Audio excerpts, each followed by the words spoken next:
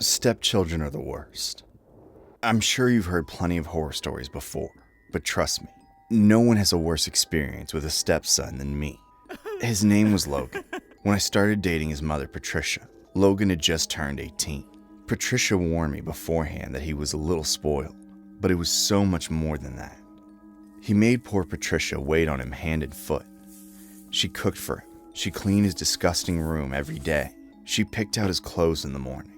She literally ran his bath for him every night. Thank God she didn't have to wash him herself. The kid was 300 pounds of soft, helpless flab, constantly whining, constantly asking for snacks. Not once did I hear him say thank you, just give me now and more. Patricia's excuse was that Logan's father had died when he was 8, and she coddled him too much because of it. Well, I had to do something. Patricia moved in with me 2 years ago, and since Logan refused to get a job or go to college, he moved in too. Now that he was living under my house, he had to follow my rules. On day 1, I told him to pick up after himself and treat both Patricia and me with more respect. He couldn't do that. He just got right back to whining all the time and leaving trash everywhere. 2 days into his stay, I gathered up all the wrappers and fast food junk from the house and set it all on his bed. And you know what he did? He just left it there. He slept on his own trash until Patricia found out and cleaned it up for him. Months went by and he didn't change at all. No matter what I said, Patricia would undermine me and excuse his toxic behavior. It was causing a real strain in our relationship. Then one day, I came home from a long day of work to find him sitting on my couch, eating ice cream out of my mom's fine china. I told him to wash it carefully and put it back. He just glared at me as he ate the rest of the ice cream. Then he purposely dropped the bowl onto the floor. You're not my father! I've never been angrier. I had to leave the room before I punched him. I paced around for a while. Then I decided to change the password on my Wi-Fi. That made me feel better. Now he couldn't log into his video games or stream movies on his TV. 20 minutes later, he was in his room screaming for his mother. She wasn't home yet. When she got home, he was still screaming. I calmly showed her the shattered china on the tile and explained what had just happened. But honey, he needs his Wi-Fi. Can't you think of something else? Like what? Positive reinforcement. That kid had more than enough positive reinforcement. I told her I was going to kick Logan out if he doesn't clean up the china and apologize. She said she'd see what she could do, but I wasn't expecting a miracle. That night, he trudged into my office with his head hung low. Sorry about your stupid dish. Can I have my Wi-Fi now? That was easily the worst apology I ever heard. I told him no, of course. He threw a tantrum and stormed out. When I saw him the next morning, he acted completely different. He smiled at me and complimented my clothes. He gave me a genuine apology and even said that he'd make me breakfast. Just one night of no Wi-Fi had really changed him. At least that's what I thought. But when he gave me a stack of apology pancakes, I saw the smirk on his face, and I knew that he was up to something. Thank you, Logan, but I'm not going to eat that. Oh, you have to. I made it myself. That was the moment Patricia came downstairs. She immediately sided with Logan, still unable to see what a psycho he was. She told me to be a better man and eat what he gave me. I stood my ground, more certain than ever that he'd put something in my food. Patricia and I started arguing about it. Logan just watched us and smiled. I love Patricia a lot. I still do. But I was starting to think that the way she treated her son was a deal breaker in our relationship. No matter what happened, she would always support Logan over me. Why don't you have some since you worked so hard to make it? I slid the plate of pancakes away from me. Patricia took a long look at it. Then she looked at Logan. I could tell that even she had her doubts about what was in this food. Logan, honey, I'm going to eat this now.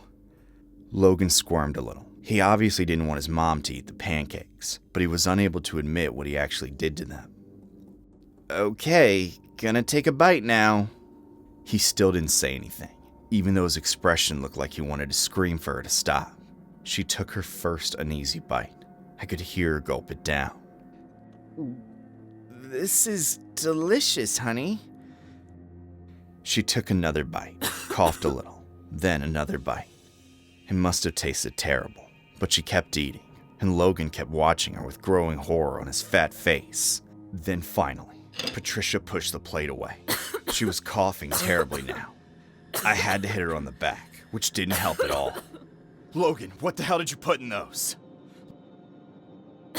Logan, what the hell did you put in those? Nothing. Patricia went to the hospital. She had her stomach pumped and had to get surgery on her throat. We didn't realize until afterwards that Logan had ground up my mom's broken bowl and sprinkled the shards in the pancake. The doctors figured it out. Patricia almost died and her son still wouldn't admit what he did. I was at her bedside in the hospital when she finally woke up from surgery. Logan sat on the other side of the room, staring into his lap. I told Patricia what the doctors told me about the broken shards of china. Then I waited for her response, silently praying that this would finally be the moment she did something about Logan. She still couldn't speak, so she wrote something on her whiteboard and showed it to Logan. It was a question. Did you do that? Logan crossed his arms petulantly. Yeah, but it was totally an accident. I have no idea how it got in the pancakes. Patricia's face was blank. She erased the whiteboard with her bedsheet and wrote something else. It's okay. I love you. That's when I broke up with her.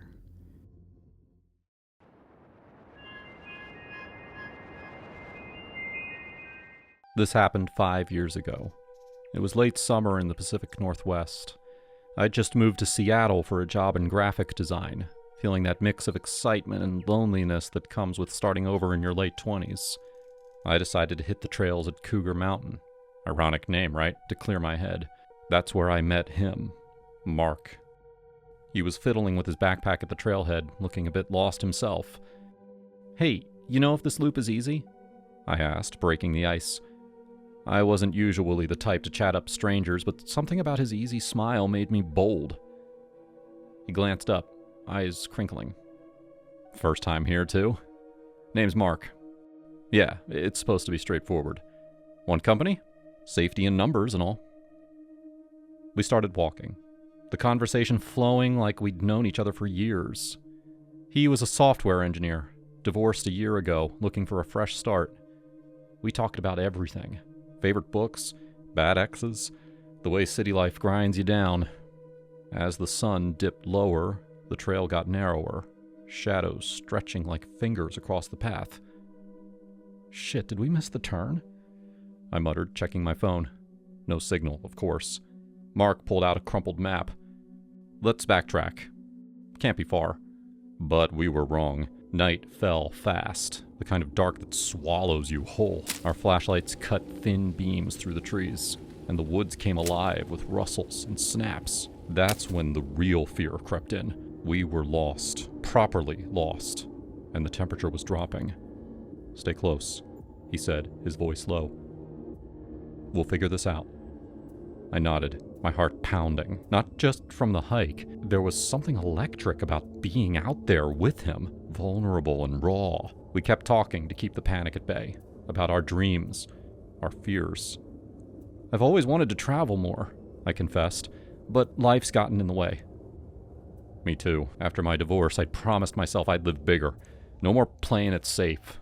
Halfway through what felt like an eternity, we heard it. A growl that morphed into a scream, piercing and human-like. My blood ran cold.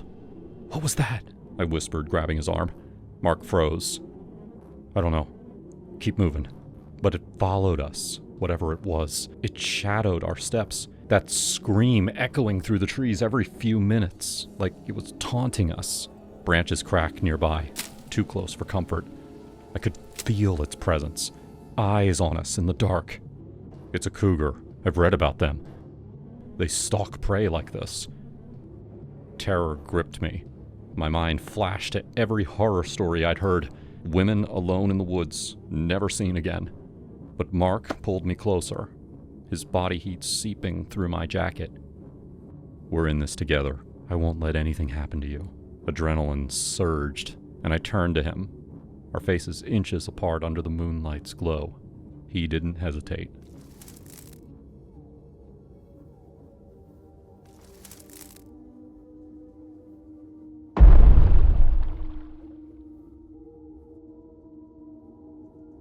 Panting, we pulled apart, the reality slamming back. The screams hadn't stopped. If anything, they were angrier. "We have to go," Mark urged. We ran then, flashlights bouncing, hearts racing from more than fear. Somehow, we stumbled onto a service road, the cougar's cries fading behind us. Civilization loomed, a parking lot, our cars. We collapsed against his truck, laughing hysterically, tears mixing in. "That was insane," I said, still buzzing. "Yeah," he agreed, pulling me in, "but worth it." We exchanged numbers, and that night sparked everything. Dates turned to love to marriage 2 years later. But the PTSD lingered. Mild, they called it. Nights in the woods, any rustle or distant howl, and I'm back there, heart hammering. Therapy helped, but so did Mark. He'd hold me, whisper, "We're safe now. Remember how we fought back?"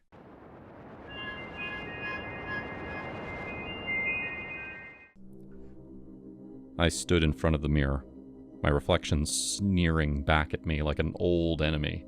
My nose was too big, my jaw too weak, my eyes too close together. I'd spent hours there, cataloging every flaw, every reason why people stared or laughed. It wasn't just in my head. I remembered that day in high school, senior year, when I asked Natasha to the prom. She laughed. Not a kind chuckle, but a sharp, cruel bark that echoed through the cafeteria. "You? With me?" she'd said, loud enough for everyone to hear. The table of jocks behind her erupted, one of them mimicking my slouched posture, exaggerating my features like a cartoon.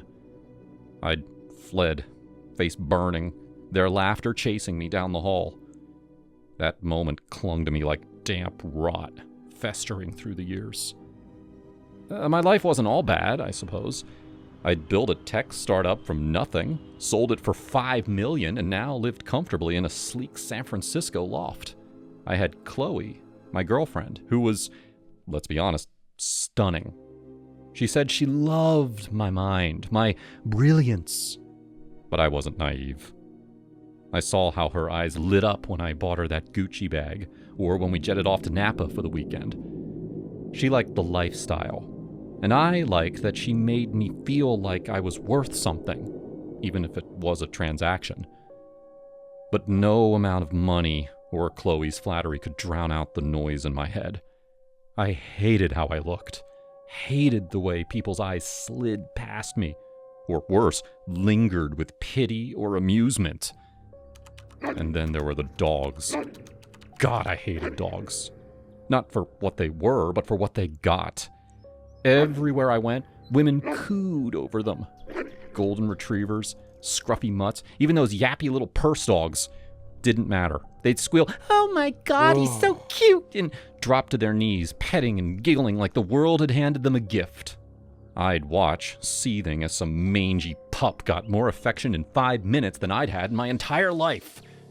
It wasn't fair. I wasn't a bad guy. I was smart, successful, decent. But I was invisible, repulsive even, while dogs were adored. One evening, scrolling through my phone on the couch, I saw it. An ad on YouTube for a startup called Aesthetic Alchemy. Men, tired of feeling unseen? Want to be admired, desired, confident? Join our revolutionary aesthetic experiment. Guaranteed results. It sounded too good to be true, but the website was slick, professional, with testimonials from guys who swore it changed their lives. I clicked through, my heart pounding with a mix of skepticism and desperation. They promised a customized transformation experience, whatever that meant, for a hefty price. I had the money. What did I have to lose? I booked a consultation. The office was in a trendy part of the city. A woman named Dr. Lena Voss greeted me, her smile warm but clinical. "So, Daniel," she said, leaning forward, "what do you want from this?" I hesitated, my throat tight. I want to be noticed. Like, really noticed. The way people fawn over dogs. Women especially. They love dogs. Pet them. Laugh with them. I want that. She didn't laugh or raise an eyebrow. She just nodded, jotting something down. "We can work with that. Our process is experimental, but it's about crafting an identity that resonates. It's not just physical, it's psychological, social. We'll design something unique for you." The something turned out to be a lifelike dog costume. Not some cheap Halloween getup, but a hyper-realistic suit tailored to my body with animatronic elements and a ventilation system. It cost $20,000 and took 40 days to craft. I chose a golden retriever design. Those dogs got the most love, I'd noticed. Dr. Voss and her team were meticulous, measuring every inch, asking about my mannerisms, even my personality. "You'll need to embody this. It's not just a costume, it's a new you." When I first put it on, I barely recognized myself. The mirror showed a golden retriever, fur gleaming, eyes bright and soulful. I moved, and it moved fluid, natural. I barked, and the sound was perfect, modulated through a discreet speaker. It was uncanny. I felt ridiculous, but also powerful. Like I could be someone else, someone loved. The first time I wore it outside, I was terrified. I picked a park near my loft, early morning, when joggers and dog walkers were out. I trotted along, feeling the suit, the way it shifted with my movements. And then it happened. A woman stopped dead, her face lighting up. "Oh my God, aren't you just the sweetest boy?" she cooed, crouching to pet me. Her hands were gentle, stroking my fur, and I leaned into it, my heart racing. Another woman joined her, then a guy, all smiling, all saying how gorgeous I was. I wagged my tail. There was a button for that, and they laughed, delighted. For the first time in my life, I felt seen. Not mocked, not pitied, but wanted. I started wearing the suit everywhere, to parks, to coffee shops, even to the grocery store. People stopped me constantly, women especially, their faces softening as they scratched behind my ears or slipped me a treat. I'd bark or nuzzle their hands, and they'd melt. It was addictive, this adoration, this effortless love. I'd never had it before, not as Daniel. As the dog, I was irresistible. Chloe wasn't thrilled. "This is weird, Daniel," she said one night, her arms crossed as I sat on the floor in the suit, panting for effect. "You're taking this too far. Come on, babe, it's just fun. Play along. Feed me a treat or something." She rolled her eyes, but grabbed a dog biscuit from the bag I'd bought. "This is ridiculous," she'd muttered, tossing it to me. I caught it in my mouth, and she laughed, despite herself. "You're insane. Walk me," I said, holding up the leash I'd gotten. "Please? It'll be cute." She sighed, but clipped the leash to the collar. We went out, her heels clicking on the sidewalk, me trotting beside her. People stopped to gush, and I saw the way Chloe's jaw tightened. She didn't like sharing the spotlight, even with a dog. But she did it, and I knew why. The money, the loft, the vacations, the designer clothes. I paid for it all. She'd put up with anything if the checks kept clearing. For a while, life was perfect. I'd spend my days as the dog, soaking up attention, and then come home and peel off the suit, feeling lighter than I ever had. I was still Daniel underneath, still insecure, but the suit gave me a shield, a way to be someone else, someone better. Then came that day. I'd been out at the park, letting a couple of girls pet me, their laughter ringing in my ears. I was high on it, on the way they called me good boy and scratched my chin. I got home, still in the suit, and pushed open the bedroom door. I froze, my fake fur bristling. Chloe saw me and screamed, scrambling off of him. Daniel, it's not... Oh God, why are you still in that thing? This is your boyfriend? The dog guy? Maybe he should join us. Shut up, Chad. Chloe snapped. I didn't think. Rage boiled up, hot and blinding, and I lunged. The suit's jaw was sharp. Ah! Ah! Get out, both of you. Chloe was crying. Daniel, please, I didn't mean... Out! I barked again, advancing. They stumbled out of the loft. I slammed the door behind them, my chest heaving. I didn't see Chloe after that.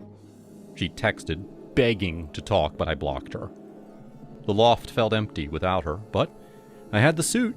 I had the park, the women, the love I'd craved.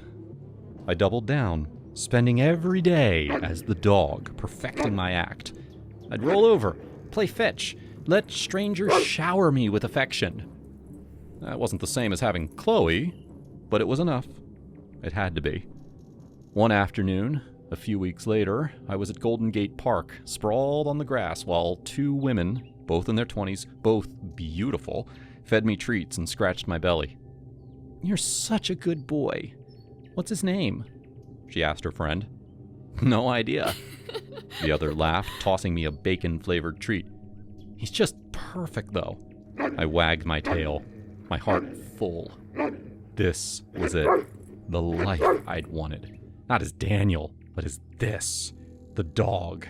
The one everyone loved. I didn't care about the money I'd spent, the girlfriend I'd lost, the life I'd left behind. In that moment, with their hands on me, their laughter in my ears, I was happy. Truly happy. This story is loosely based on a real-world incident. A Japanese man, known online as Toko, gained global attention for fulfilling his lifelong dream of becoming a dog. Spending around 2 million yen, he commissioned a hyper-realistic border collie costume from the special effects company Zeppet, which took about 40 days to create. Toko documents his transformation on YouTube and social media, where he crawls, plays, and walks in public as a dog. His channel is I Want to Be an Animal. He says the desire to quote-unquote be an animal dates back to childhood, and that living this dream brings him happiness, although it is physically difficult because of the differences between human and canine anatomy. Despite facing ridicule and misunderstanding, Toko insists that it's a harmless form of self-expression. Recently, Toko expanded the concept by opening Toko Toko Zoo in Tokyo, offering others the chance to rent or experience realistic animal suits.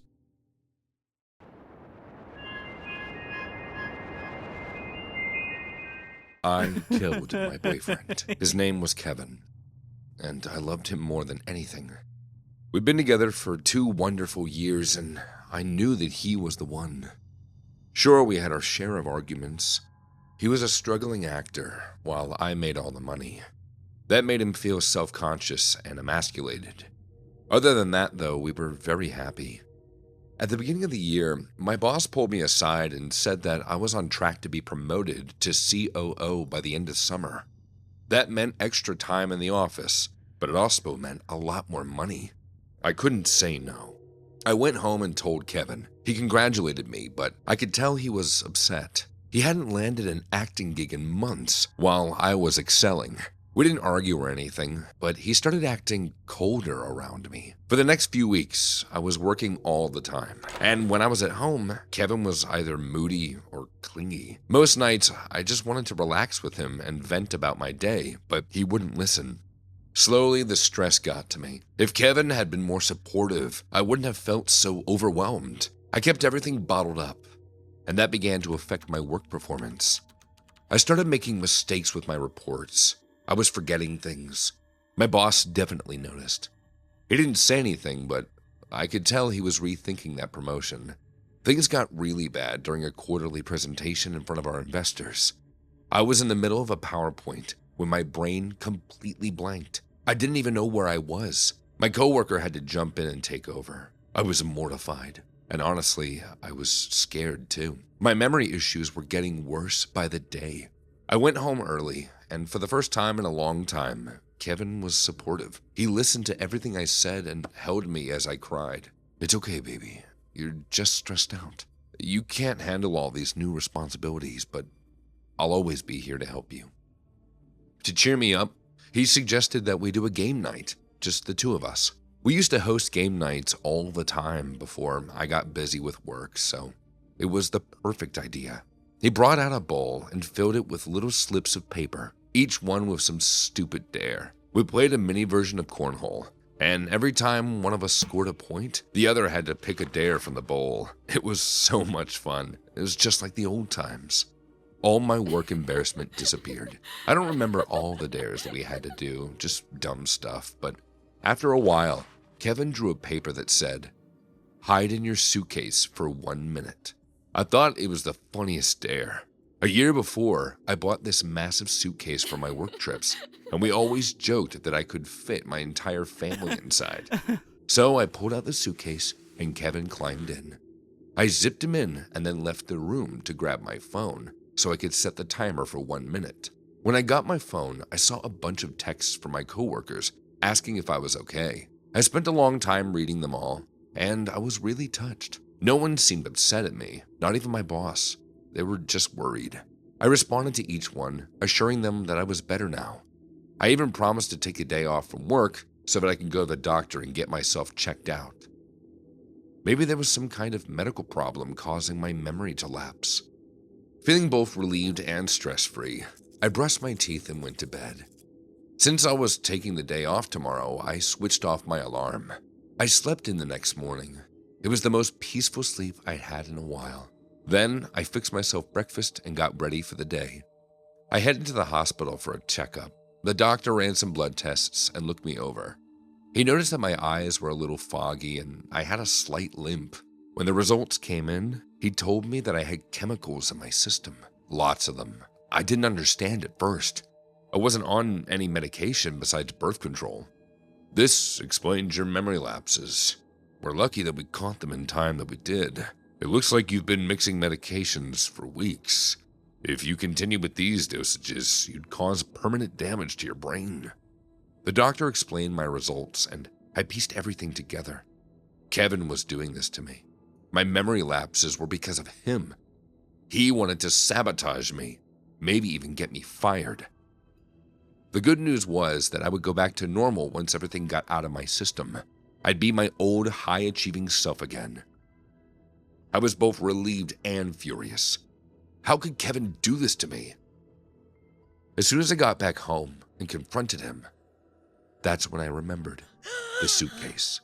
Oh my God. Kevin was still inside the suitcase. I ran up to it and opened the suitcase, and Kevin's limp body flopped out. His face was blue, and all the veins in his eyes had popped. He was dead, suffocated. So yes, I killed my boyfriend.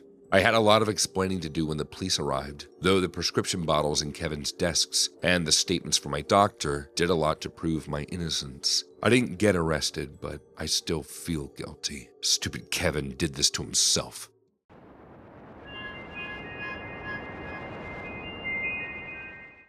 I remember the exact moment I stepped off the plane at Tegel Airport.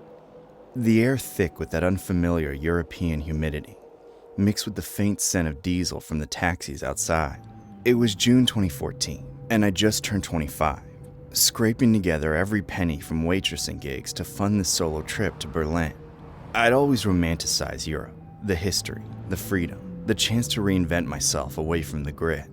My friend Anna, who I'd met in college, had been living there for a year teaching English, and she offered her couch in Kreuzberg. "Come on, girl, Berlin will change you," she texted. Little did I know how right she was. My first day was all about wandering. I dumped my backpack at Anna's place, grabbed a map from her kitchen table, and headed straight for Tiergarten. The park was massive, like Central Park, with paths winding through lush greenery and people jogging or picnicking under the summer sun. I felt invincible, you know? That solo traveler high where everything's an adventure. I was wearing my favorite sundress, the blue one that made me feel pretty and carefree, and my sneakers because I planned to walk everywhere. I was meandering near the Ziegelseil, that big victory column, when this guy approached me. He looked ordinary, mid-30s, jeans and a tee. "Entschuldigung," he said. "Do you know the way to Alexanderplatz?" Smiling politely. Actually, I'm heading there myself later. It's that way, I think. I pointed vaguely east. He nodded, then tilted his head. "You're American? First time in Berlin?" Yeah, just got here this morning. His smile widened. "Ah, welcome. Alexanderplatz is nice, but the park has shortcuts. I can show you one. Only 5 minutes. I laughed a little. 5 minutes? It's gotta be farther than that. No, trust me. He insisted, stepping closer. Before I could process it, his hand shot out and grabbed my wrist. Not a light touch, a firm grip, like he owned me. Come, I'll show you. My heart slammed into my ribs. Hey, let go, I said, trying to pull back. But he held tighter, starting to walk, dragging me along the path toward the edge of the park. Panic mode kicked in hard. All those warnings from my mom back home, don't talk to strangers, be careful alone, flooded my brain. But I froze. Why couldn't I scream? There were people around, cyclists whizzing by, but my voice stuck in my throat. He was babbling about the shortcut through some quieter area, his fingers digging into my skin. I imagined the worst, him pulling me into bushes, no one hearing. Headlines back home about another missing tourist. Where are you staying? He asked, his tone casual, like this was normal. With a friend. Please let me go. Relax, American girl. I'm just helping. We were heading toward the Holocaust Memorial now, those stark concrete slabs rising like a maze. My phone buzzed in my pocket. Thank God. It was Anna. Where are you? Meeting at Brandenburger Tor soon? I yanked the phone out with my free hand. My friend's waiting for me back at Brandenburger Tor station. I have to go that way. I pointed opposite, my voice shaking. He stopped but didn't release me. Okay, but first goodbye kiss. And give me your number. What? No. I stammered. He tightened his grip. Long French kiss, or I don't let go. Adrenaline surged. I was terrified he'd drag me further if I fought, so I leaned in. He tasted gross, then recited his number, making me dial it right there so his phone rang. Now you have it, he said, finally releasing my wrist, which was red and throbbing. I bolted toward the memorial, weaving through the slabs, hiding in the shadows until I was sure he wasn't following. My legs shook as I collapsed against one of the cold stones, tears streaming. What the hell just happened? I felt stupid for not screaming, angry at myself and him. Berlin suddenly felt hostile, not magical. But that night was the opening of the 2014 World Cup, Brazil versus Croatia, I think. Anna was out with work friends, and I didn't want to sit alone in her apartment replaying the whole thing. I was still rattled, my wrist bruised, but I craved normalcy, people, noise. And honestly, I was done with German for the day. My high school Deutsch wasn't cutting it under stress. Screw it, I told myself in the mirror, wiping mascara streaks. Find an English-speaking spot. I googled Irish bars Berlin World Cup on Anna's Wi-Fi and found one in Mitt called O'Flaherty's. It sounded perfect. Expats, beer, football and big screens. I threw on jeans and top, hailed a cab because no way I was walking alone, and arrived just as the place filled up. The bar was cozy, dim lights, wooden stools, flags everywhere. I squeezed onto a bar stool, ordering a pint of Guinness to steady my nerves. The bartender was this tall Irish guy, red hair, tied back, freckles, with a grin that lit up the room. What'll it be, love? he asked, his accent like a warm hug. Guinness, please, I said, and keep 'em coming. Rough day. He poured it expertly, sliding it over. American? You lot always go for the dark stuff. What's got you down? Jet lag? I hesitated, then spilled a bit. Nah, some creep in Tiergarten grabbed me earlier, tried to drag me off. I'm okay, but yeah. His face darkened. Jesus, that's shite. You report it? No, too freaked out. Just want to forget and watch the game. Fair enough. Name's Liam. If anyone bothers you here, you shout. We're a safe spot. The game started, the crowd roaring as Brazil scored. Liam kept checking on me between pours. You know, Berlin's got its weirdos, but most folks are grand. I came here 5 years ago for a girl. Stayed for the beer. I laughed for the first time that day. I'm Emily. Came for the adventure. Got more than I bargained for. We chatted through the second half, about Chicago winters versus Berlin rain, his Dublin roots, my love for Bollywood movies. He was 28, had bounced around Europe bartending, landed in Berlin for its vibe. No place like it. Chaotic but free. By the end, Brazil won 3-1, and the bar erupted. Liam caught my third pint. On the house, for surviving day one.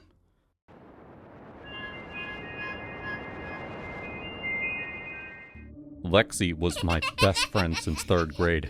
We did everything together. We didn't have any secrets. That changed senior year. I started dating John, the captain of the baseball team and one of the 5 hottest guys at our school. John was amazing, and I felt so lucky that he liked me. The only problem was that he wanted to keep our relationship a secret until after graduation. His family was super religious, and he'd get in trouble if his parents found out about us. So I didn't tell a soul, not even Lexi. That was the first secret I kept from her. John and I secretly dated for months. He'd ignore me in public, but act really affectionate when we were alone. He made all these promises about the future, acting as if we were destined to be together forever. And then, one day, I was behind the school to help set up for our spring formal when I caught Lexi with John. I was furious. I should have been furious at John, but I was so in love with him that all my anger went straight toward Lexi. She stole my boyfriend. So the next day I confronted her in the hallway before school, called her some terrible names. She acted shocked. Why are you saying all that? Because you're a slut. Things escalated really fast. One second we were standing far apart and shouting at each other. The next second she was on top of me. It was a genuine catfight. She clawed at me. I pulled her hair. We both screamed in each other's faces. A group of our classmates had to pull us apart. It was so embarrassing, but I felt too angry to get embarrassed. We both ended up in the principal's office. He wasn't there yet, so we had to wait outside his door. Neither of us said anything until I finally broke the silence. I'm dating John. You need to stay away from him. You're dating John? Yeah, right. We finally started talking about it. And it didn't take long to come to the same realization. John was playing us both. He was dating both of us, and because he swore us to secrecy, the other didn't know. Well, we knew now. John was an asshole, and he'd almost destroyed our friendship. Lexi and I hugged it out. We cried. And when the principal finally came, we told him that we were just rehearsing for a play. We weren't really fighting. He believed us and let us leave. We were supposed to go back to class, but we decided to ditch the rest of school. It was time to teach John a lesson. We started by telling each other everything that John said. It felt great to have everything out in the open, though it was frustrating to know that we fell for the exact same lies and empty promises. Most of what he told us was word for word the same. Then we went on our phones to look for anything that we could use against him. We had some flirty texts, and even though he made us both promise to never take photos of him, we both secretly did. So, yeah, we had enough evidence against him. Now, we needed to figure out how to use it.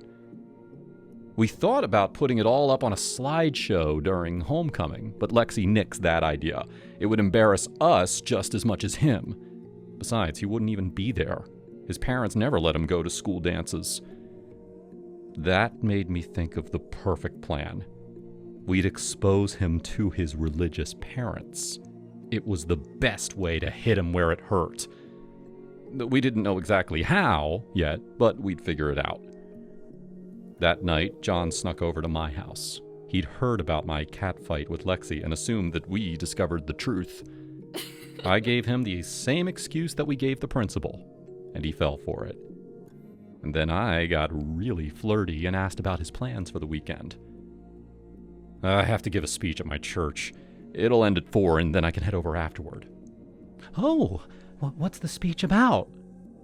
The importance of abstinence. I forced myself not to laugh. It was our last time. Felt great, too. No regrets. Especially since I secretly recorded his moaning on my phone. After he left, I called Lexi and told her to meet me on Saturday at John's church.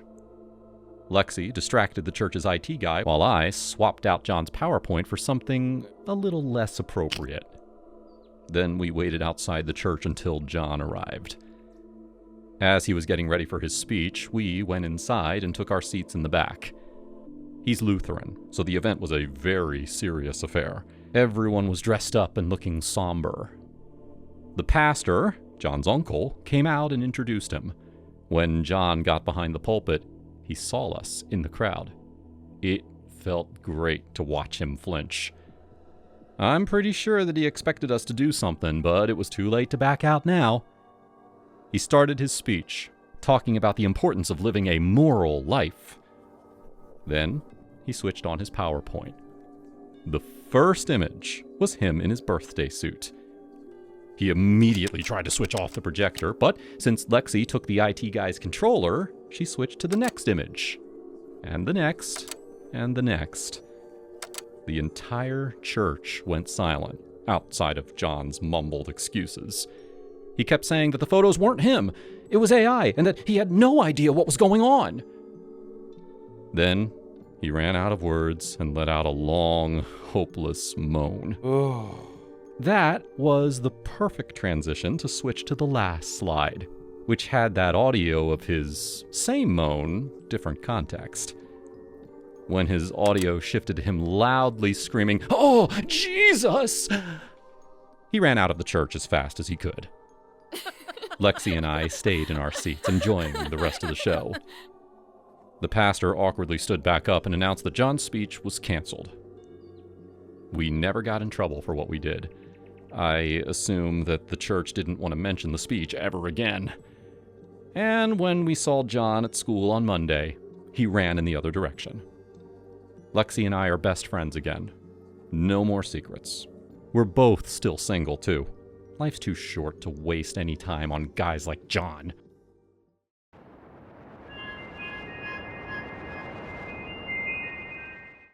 Aurora Thompson had always been the kind of girl who scrolled through Instagram late at night, her thumb flicking endlessly through filtered lives that seemed so much brighter than her own.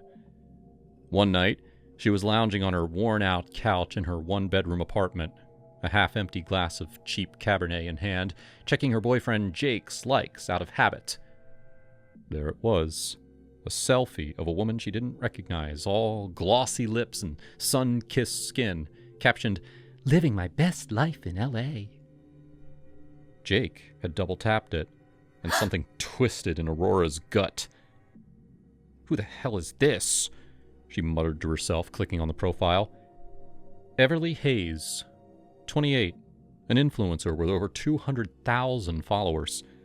Her feed was a parade of shots on Malibu beaches, sponsored posts for skincare brands, and vlogs about empowering women through self-love. Aurora's eyes narrowed as she scrolled deeper. Everly's videos on YouTube were hypnotic. Her voice a smooth, confident drawl. Her outfits always on point. high-waisted jeans that hugged her curves, crop tops that showed just enough to tease.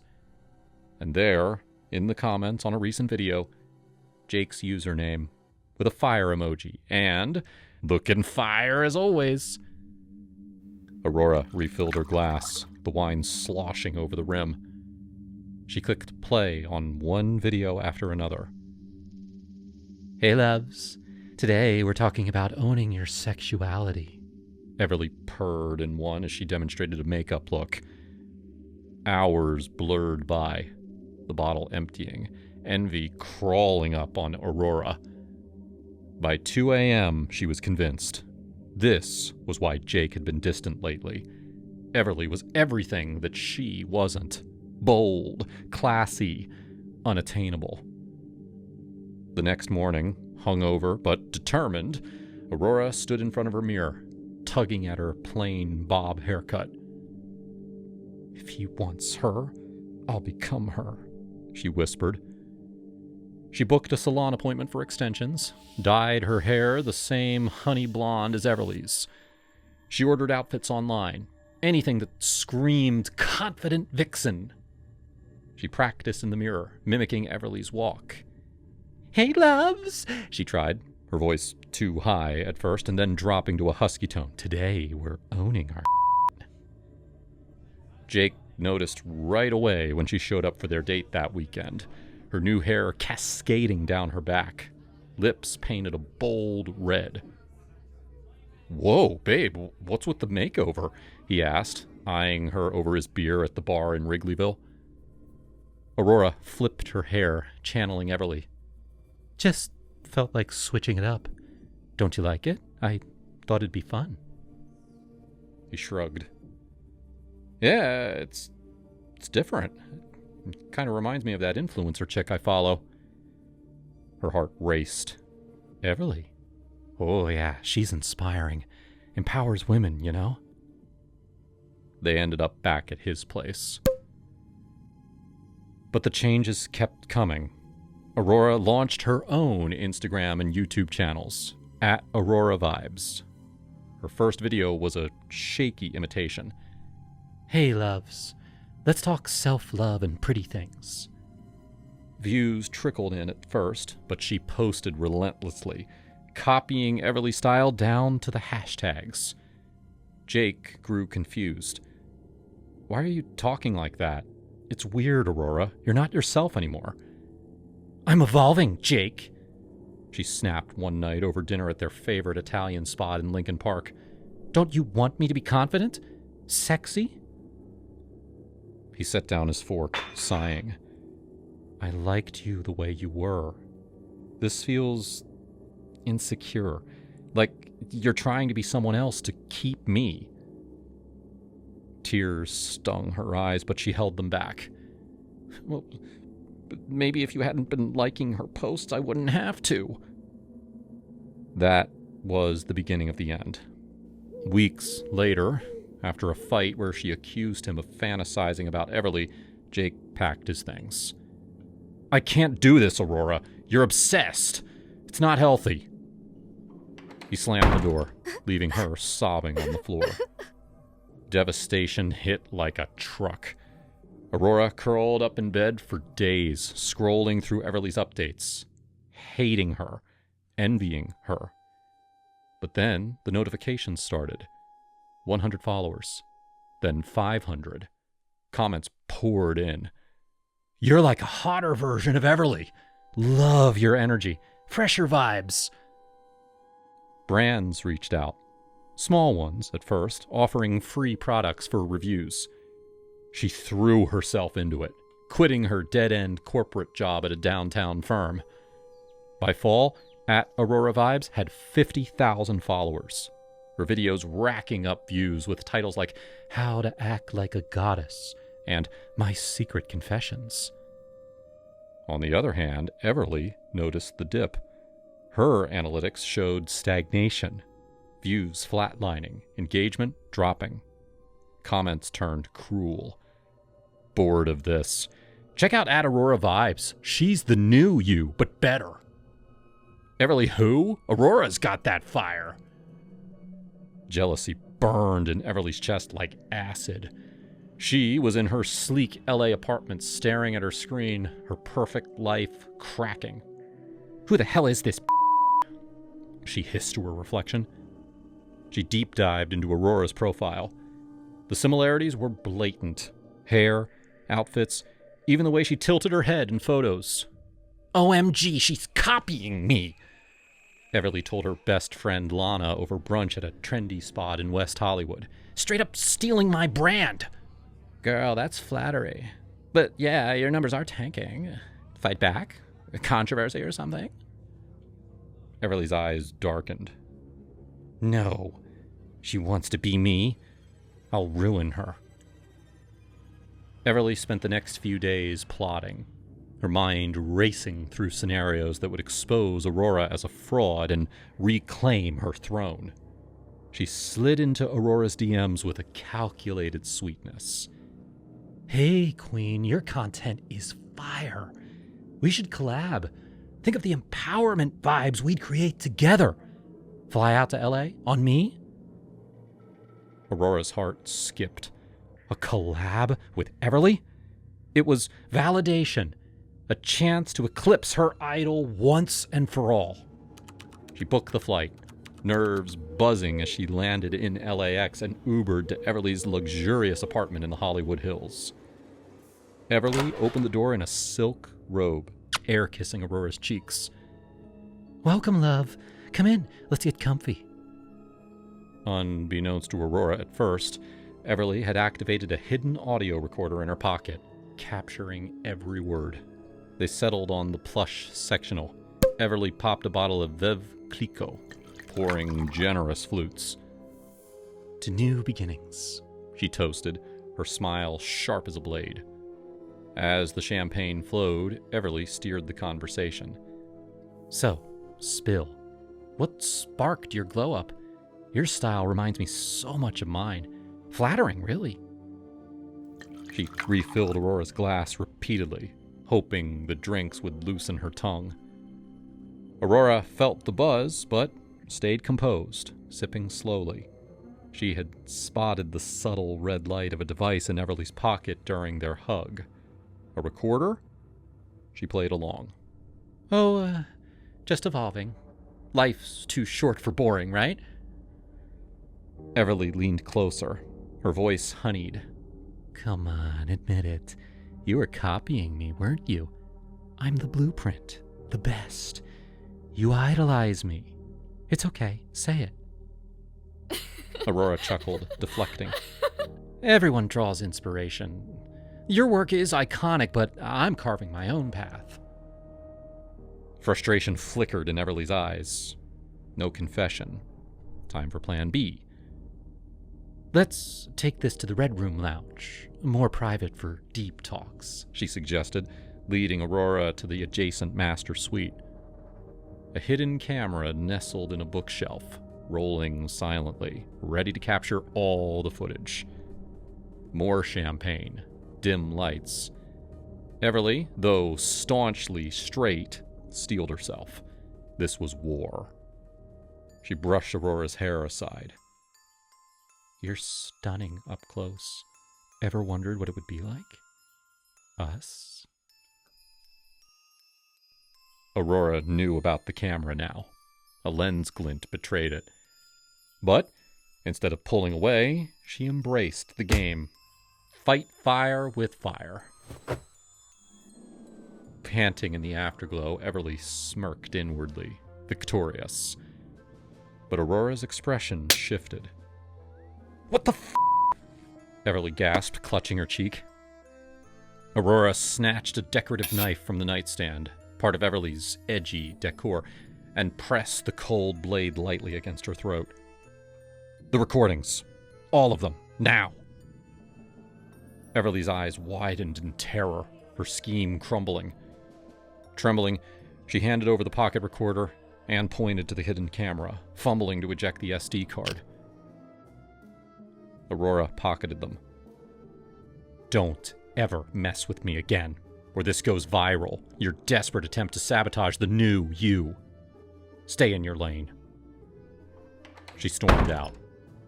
Back in Chicago, Aurora's followers exploded to 100K overnight after a teaser post about conquering LA.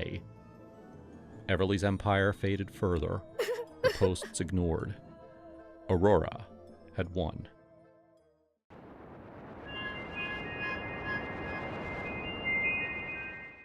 My name's Julia Reynolds, and this all happened back in 2023, right after I'd turned 32 and was feeling that mid-30s pressure to settle down. Living in suburban Chicago with my marketing job paying decently, but not enough to ignore the loneliness. I scrolled Instagram one night and I stumbled on this matchmaker. Her handle was @SoulSyncMatch, run by this bubbly woman named Elena who promised personalized connections for real women. Her feed was full of testimonials from couples who'd met through her, smiling faces at brunches, engagements on beaches. I DM'd her on a whim, paid her $200 fee, and filled out this detailed questionnaire about my dreams, deal breakers, and what I wanted in a guy. A week later, Elena set me up with Mark. He was 34, worked as a mechanic in a local garage, lived in a modest ranch-style house in Oak Park. We met at a coffee shop downtown. He was handsome, but when conversation turned to careers, he admitted that he made about $50K a year. I was pulling $85K, and honestly, it bugged me. I'd worked my ass off climbing the corporate ladder, and the idea of dating someone who couldn't match that felt like settling. I'm sorry, I told him over lattes, but I think we're in different places financially.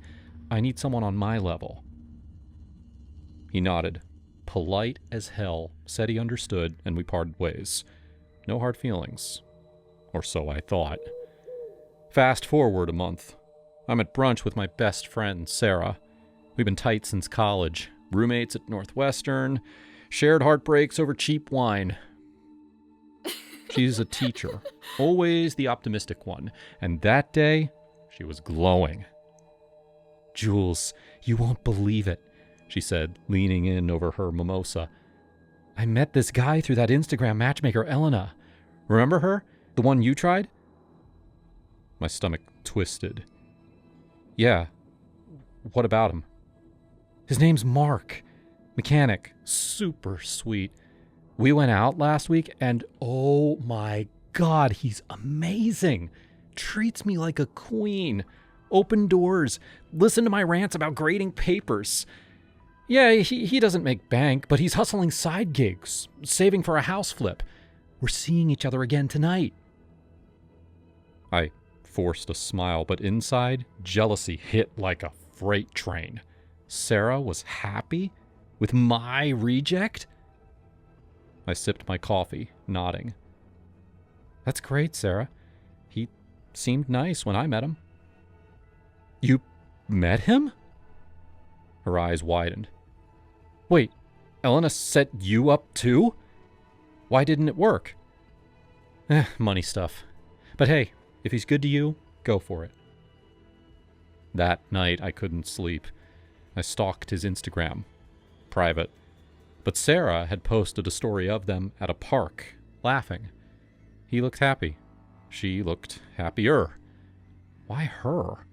I was the one who'd found Elena first. It festered for days. I'd text Sarah for updates, pretending to be supportive. "How's Mark? Tell me everything." "Oh, Jules, he's incredible. Last night he cooked dinner. Pasta from scratch. And the way he kisses, girl, fireworks." Each message stung. I started driving by his house after work, just to see. Oak Park was quiet, tree-lined streets, families walking dogs. One evening, I parked a block away and watched him pull into the driveway in his truck. He waved at neighbors, chatted with an old guy next door about the Bears game. Normal life. But it ate at me. Why did Sarah get that? Then came that Friday night. I'd had a shitty day at work, boss reaming me out over a campaign flop, and Sarah texted that she was out with Mark again.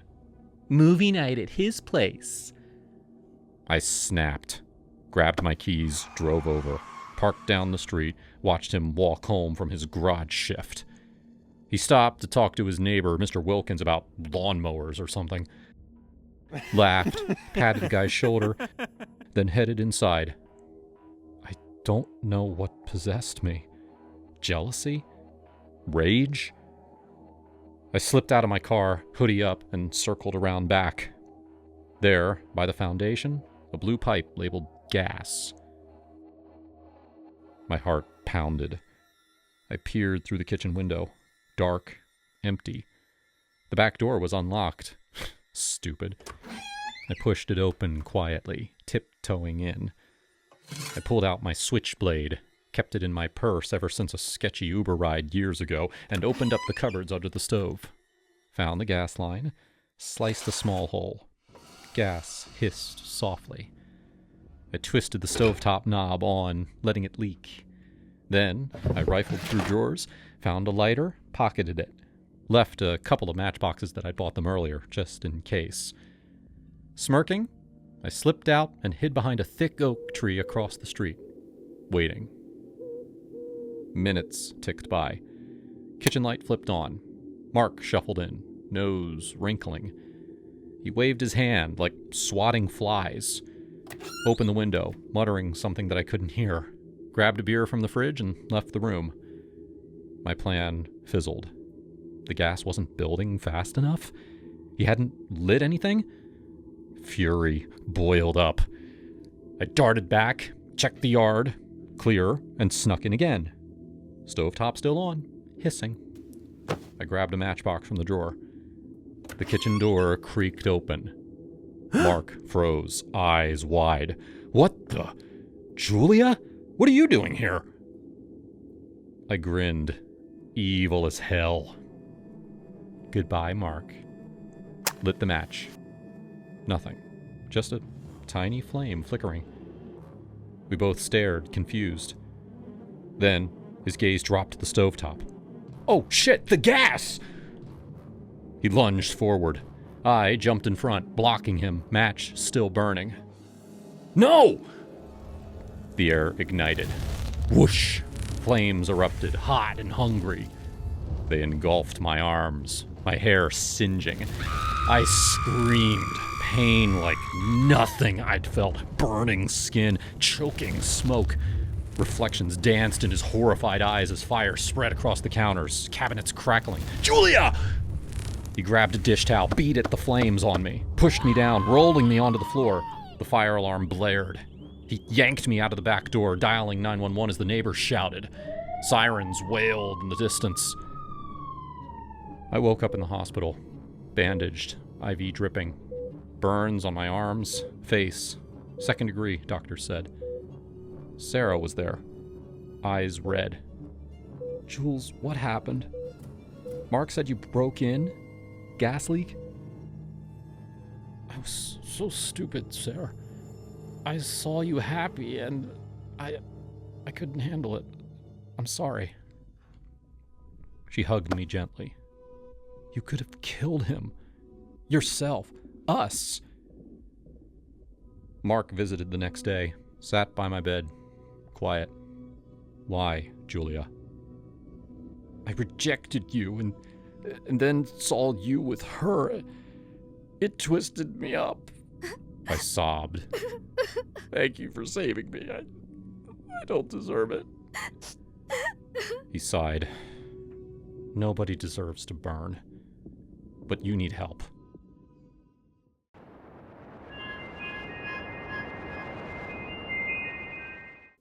I was 16, glued to the TV in our living room, controller in hand, deep into a FIFA match against some online rival from God knows where. It was a Saturday, well, technically Sunday morning by then, around 3 a.m. The house was dead quiet, except for the occasional cheer from the virtual crowd on the screen. My sister Emily, who was 14 at the time, had a crash out on the couch next to me.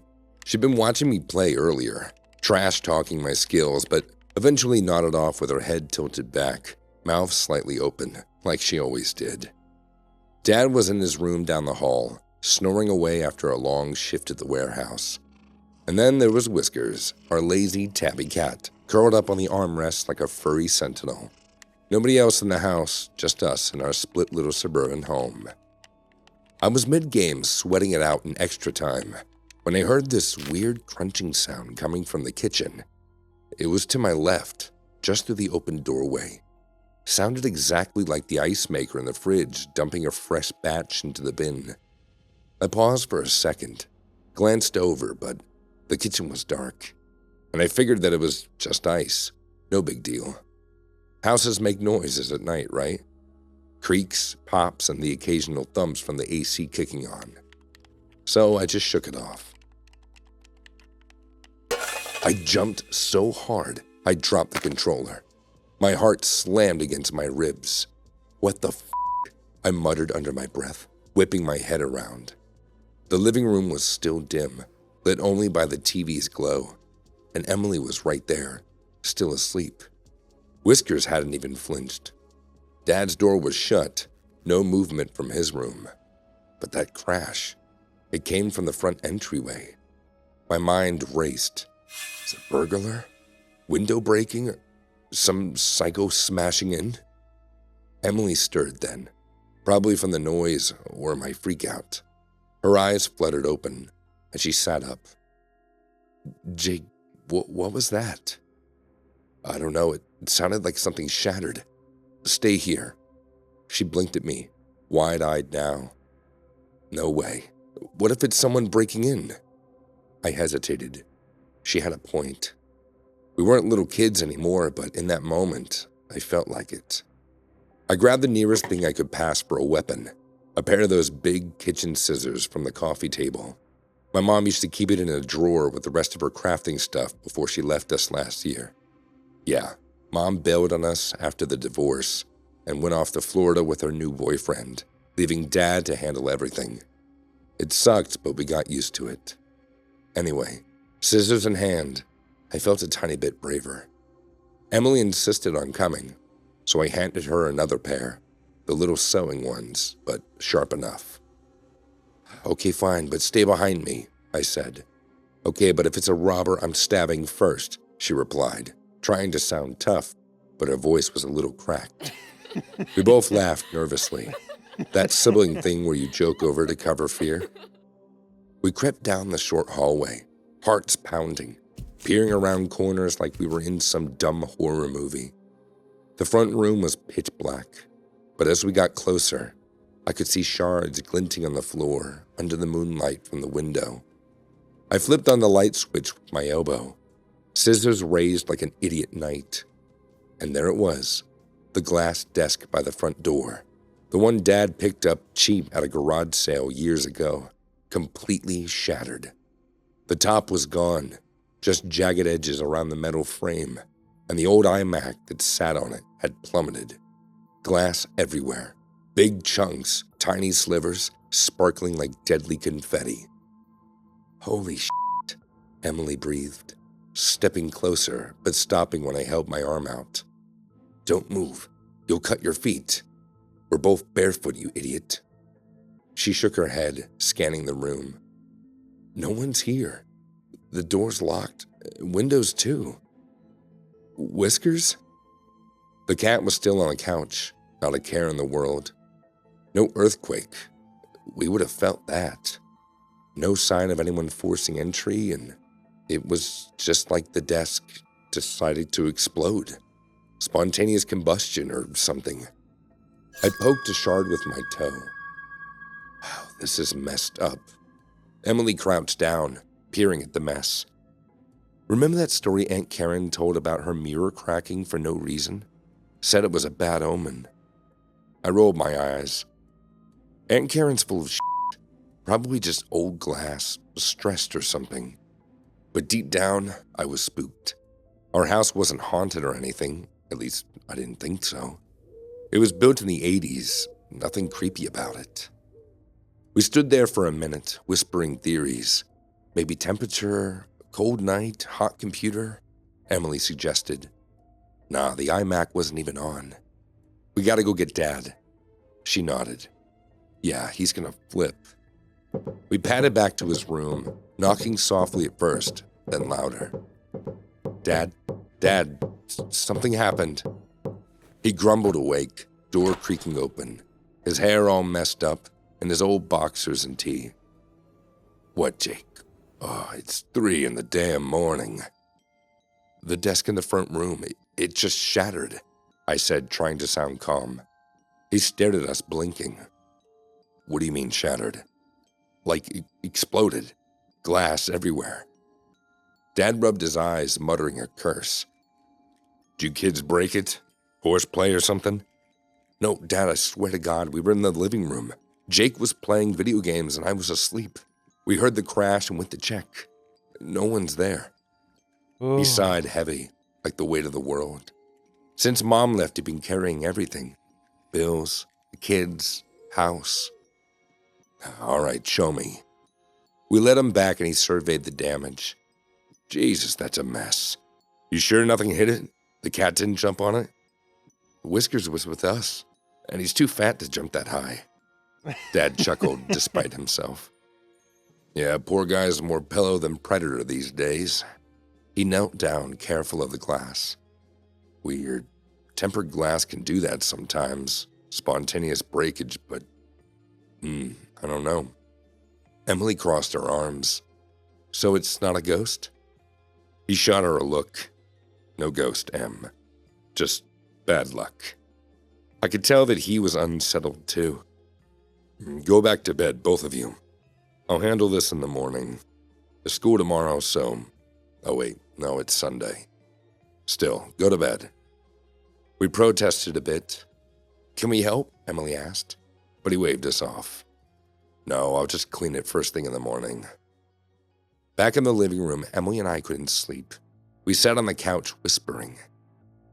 That was scary as hell, she admitted. I thought for sure it was a burglar. Me too. I felt like my balls were in my throat. She punched my arm lightly. Gross, Jake. But yeah, remember when Mom used to say the house had character? Maybe she meant poltergeists. Mom said a lot of things, like how she said she'd always be there for us. Yeah, she said softly. It's bad she left, but we got Dad and each other. True. We fist bumped that corny sibling ritual we had. Eventually she dozed off again, and I tried to finish my game, but my mind was elsewhere, staring at the screen. I kept glancing back towards the front door, half expecting another crash. Years later, Emily and I still joke about it over beers when we visit Dad. Remember that exploding desk, she'd say? And we'd laugh, recounting the scissor-wielding adventure. It's become kind of a bit of a family lore.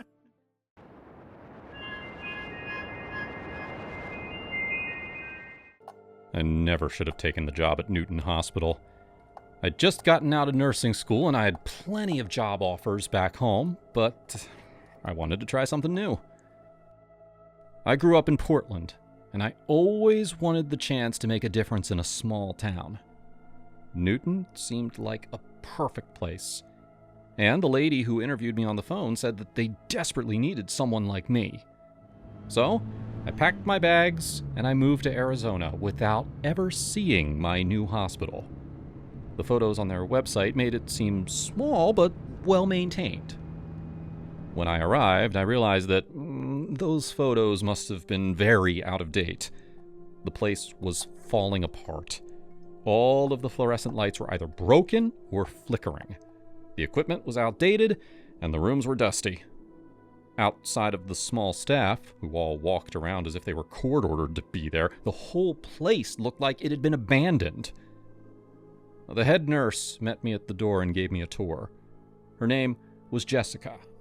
I recognized her voice from the phone interview. Totally normal, but she had one of those stern old lady faces that seemed physically unable to smile. She answered all of my questions, but she refused to engage in any small talk. Just bad vibes all around. 30 minutes into my new job, and I was already regretting the move. When she finished the tour, she gave me one final bit of advice that really creeped me out. Don't go outside on your own. When your shift is over, run straight to your car. I asked her why, and she said something about this being an unsafe part of town. Well, my first week there was difficult but uneventful. We were always busy, and our patients were all low income and pretty desperate. I was too tired and overworked to realize how miserable I was. But, for the record, I did a great job. I treated every patient with respect, even the most unhinged. We had a homeless man come in a couple of times, clearly on some kind of stuff, and I was the only one who could talk him down. Everyone else just ignored him. My coworkers were all extremely jaded. They seemed worn down by the job, something that I swore would never happen to me. Then, something changed. I was alone in the lobby, working the night shift, when I saw someone outside the window. Our parking lot lights weren't working, of course, so I couldn't tell who it was. All I saw was movement in the darkness. I got closer to get a better look. Oh my God! Someone threw a brick right at me. It missed, thank God, but I had no doubt that whoever threw that was aiming for me. I might have screamed. I don't remember. Jessica came running. She saw me standing there, shaking. She saw the brick at my feet. "Stay away from the windows from now on, please." There was no concern on her face. She acted as if thrown bricks was some regular occurrence. She didn't even call the police or send someone outside to check. I tried to focus on the rest of my rounds, but my hands wouldn't stop shaking. Then, the next night, when I was once again stuck on the night shift, it happened again. It wasn't a brick this time. It was an actual person standing outside the window staring at me. I saw his silhouette, but not his face. He wasn't moving. Then, he punched the window once. I ran out of the room and went to tell Jessica. She wasn't in her station. I looked around for the other nurses, but I was the only one there. Just me and our sleeping patients. For the next half hour, I walked around the quiet hospital, really on edge. Maybe it was in my mind, but I felt like the man outside was following me. I saw shapes in the corner of my eye. I heard footsteps. I was this close to hyperventilating when I rounded a corner and someone jumped out in front of me. Jesus! It was just Jessica. I tried to explain what had happened, but she cut me off. "It's time I told you about Nancy." Without any emotion in her voice, she told me about a former nurse named Nancy. She was the woman I replaced. Apparently, Nancy was a lot like me. Optimistic, always trying to stay positive. One night, she checked in 2 patients who had just been in a car accident. The husband was okay, but the wife died on the table. It wasn't Nancy's fault, obviously. The woman had internal bleeding. Well, the man blamed Nancy for his wife's death. He started following her around, terrorizing her. Then, a few months back, he snuck into the hospital and he forced her into one of the MRI machines. Once she was inside, he moved the furniture to trap her and then left an out-of-service sign on the door. When a janitor found her 3 days later, she was dead. The man is in jail now, and Nancy still roams these halls. I've seen her, and now you have too. I didn't believe in ghosts. No rational person in the medical field would. But her story did make sense. It sounded like the man who killed Nancy was back, and now he had his sights on me. "I'm calling the police." "The police can't stop ghosts." I pulled out my phone anyway. Jessica angrily snatched it out of my hands. That was the first time I saw her show any emotions at all. She put my phone in a drawer under the front desk and locked it. She said that I could pick it up when my shift was over. I pretended to go along with that, but of course I didn't. My safety was on the line. There was a very real lunatic lurking in the hospital, and I needed to protect myself. I went back to the hallway to check on my patients. And when Jessica wasn't looking, I snuck into her office to use her phone. I didn't turn on the light because I didn't want her to see me. I searched around her desk in the darkness until I found the phone. Before I could make a call, something moved from the corner of the room. "Hello, Nancy." Oh God, it was him. He was standing right behind me.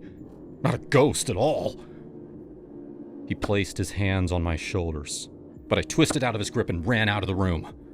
As I hurried down the hallway, I screamed for help. None of the patients did anything, and I didn't see Jessica or any of the doctors anywhere. The man was right behind me now, a crazed smile on his face. Without looking, I ran into the first door I reached. It was the MRI room. I tried to hold the door shut, but the man was too strong. He violently pulled it open and dove at me. I fell to the floor and he pinned me down. He pulled a metallic object from his pocket, a scalpel. "Help!" "Don't scream, Nancy. It'll all be over soon." He called me Nancy again. He raised the scalpel, ready to jab it into my chest. And then he froze. He looked over his shoulder at the MRI machine. "What? You're not supposed to be here." It sounded like he was talking to someone else in the room, but no one was there. Then he stood up and walked towards the machine. You're not real. You're... I still didn't see who he was talking to. I watched from the floor as the man stumbled backwards, as if someone had pushed him. Then his head swung to the side, as if he'd been punched. Then, craziest of all, the fabric of his shirt lifted up, as if someone was pulling him toward the machine. But no one was there. I swear that we were alone. I watched the man dive into the MRI, but it looked like he was pulled inside. Once he disappeared into the machine, he didn't come out. Nancy, please, let me out! Nancy, please! I could hear him pounding against the walls and screaming. I ran out of there so damn fast. Jessica was waiting for me in the lobby. I guess she had heard me scream and had already called the police. When they arrived, we took them back to the MRI room. The man was already dead. Someone had turned on the equipment, causing the metal scalpel to shoot out of his hand and skewer him in the face. I quit my job that night. I'm not a nurse anymore. I'm a waitress back in Portland. And every time I think about what happened that night at Newton Hospital, I think about Nancy. I swear she pulled him into that machine. There's no other explanation.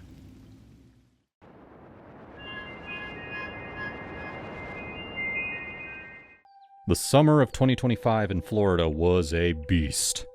The air was so thick with humidity you could practically chew it, and the thunderstorms that rolled through our upscale hotel in Naples were relentless. I'd been working at the Palms for about a year, a gig I took to pay the bills while I figured out what the hell I was doing with my life. At 24, I was the guy who cleaned the pool, mopped the lobby, and occasionally hauled luggage for rich guests who tipped like they were doing me a favor. But after 3 days of storms that tore through like a pissed-off ex, that pool was a goddamn disaster. I stood at the edge of it that morning, staring at the wreckage.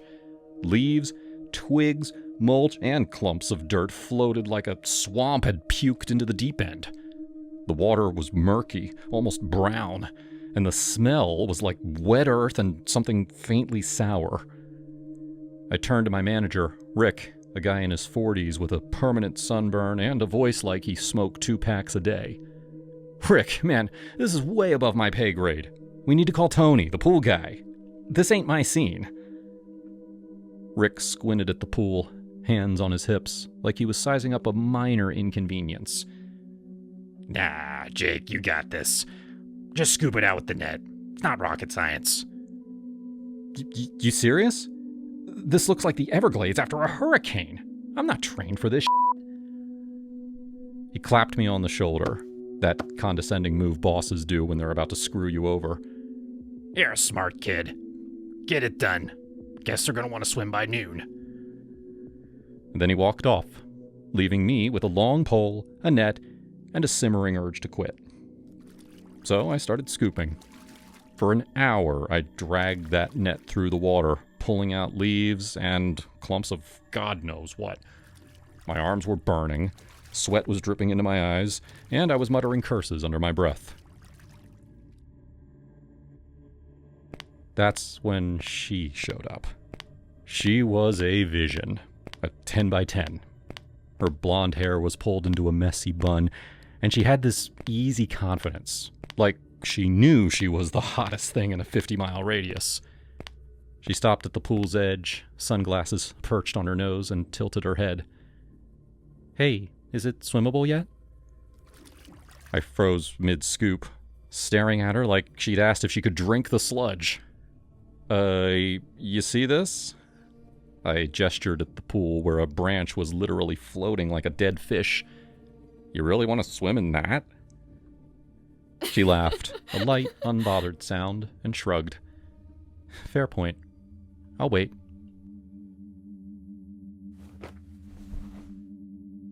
I didn't mind. If I was stuck cleaning this cesspool, at least I had something nice to look at. We got to talking as I worked. Her name was Lauren, 26, from Chicago, down here for a bachelorette weekend with her friends. "This place is gorgeous, but this pool situation is a vibe killer." Huh, tell me about it. I told my boss this was a job for the pros, but here I am, playing lifeguard and janitor. She grinned. "You're doing great, though. Heroic, even." "Yeah, real heroic," I said, rolling my eyes. "Me versus the swamp monsters." We bantered like that for a while, her teasing me about my net-wielding skills, me firing back about her questionable taste in swim spots. It was easy, fun, the kind of flirtation that makes a shitty day bearable. Then she sat up, kicked off her sandals, and said, "Screw it. I just want to dip my legs in. It's too hot to just sit here." I shrugged. "Your funeral." She slid to the edge of the pool, dangling her feet in the water, and let out a contented sigh. "See? Not so bad." I went back to scooping, but something caught my eye. The water near her feet was moving, weirdly. Not like ripples from her splashing, but like something was swimming. Small, dark shapes, maybe a dozen darting through the murk. My stomach dropped. "Yo, Lauren, get up," I said, my voice tight. She looked at me, eyebrows raised. "What?" "Get out! Now!" I was shouting now, dropping the net and rushing toward her. She scrambled up, confused, as I pointed at the water. There, clustering near the wall where her feet had been, were these things. They were small, maybe 3 inches long, with segmented bodies, too many legs, and pincers that looked like they meant business. Centipedes or some kind of nightmare water bugs, squirming and writhing like they were pissed she'd left. Lauren's eyes went wide. "What the f*** are those?" she yelled. "I don't know, but I'm not dealing with this shit," I said, my heart pounding. She grabbed her towel and bolted, sandals forgotten, probably back to her room to have a full-on meltdown. I didn't blame her. Those things were straight out of a horror movie. I marched to the office, my shirt soaked with sweat and my nerves frayed. "Rick, get out here," I said, bursting through the door. "You need to see this." He groaned, but followed me back to the pool. I pointed at the water, where the creepy bastards were still milling around. "What the hell are those?" he muttered, leaning closer. "Don't ask me, man. I told you this was above my pay grade. Call Tony or you deal with it. I'm done." Rick, to his credit, didn't argue this time. He grabbed a wrench and pried open one of the pool filters, probably thinking that he'd find a clogged pipe or something. What he found was worse. Inside the filter, trapped in the slimy mesh, were at least 15 more of those wriggling, leggy monsters. Some were bigger, their bodies glistening like they had been living in there for weeks. Rick gagged, slamming the filter shut. Jesus Christ. I'm calling Tony. Tony showed up an hour later, a grizzled guy in his 50s who looked like he had seen every pool-related horror show. He took one look at the water, then at the filter, and shook his head. Relax, guys. These are just water scorpions. Not actual scorpions, but bad enough. They're aquatic insects, predatory. Probably got swept in during the storms. They like murky water, and this pool's a buffet for them. Can they hurt people? I asked. They bite. Not deadly, but it'll ruin your day. Your girl's lucky she got out when she did. I spent the rest of the day helping Tony drain the pool and scrub it down. But the image of those things swarming toward Lauren's feet was burned into my brain. It was the kind of thing you didn't unsee, no matter how many beers you drank after your shift. The hotel comped Lauren's group a free night, and I saw her the next day at the bar, looking shaken but still stunning in a sundress. She spotted me and waved me over. "You saved my life, you know," she said, half-jokingly, sipping a mojito. "Hardly," I said, sliding onto the stool next to her. "Just didn't want you to lose a toe to those creepy scorpions." She laughed, but there was a nervous edge to it. I'm never swimming in a hotel pool again. Like, ever." "Can't blame ya," I said. "I'm thinking about sticking to mopping floors from now on."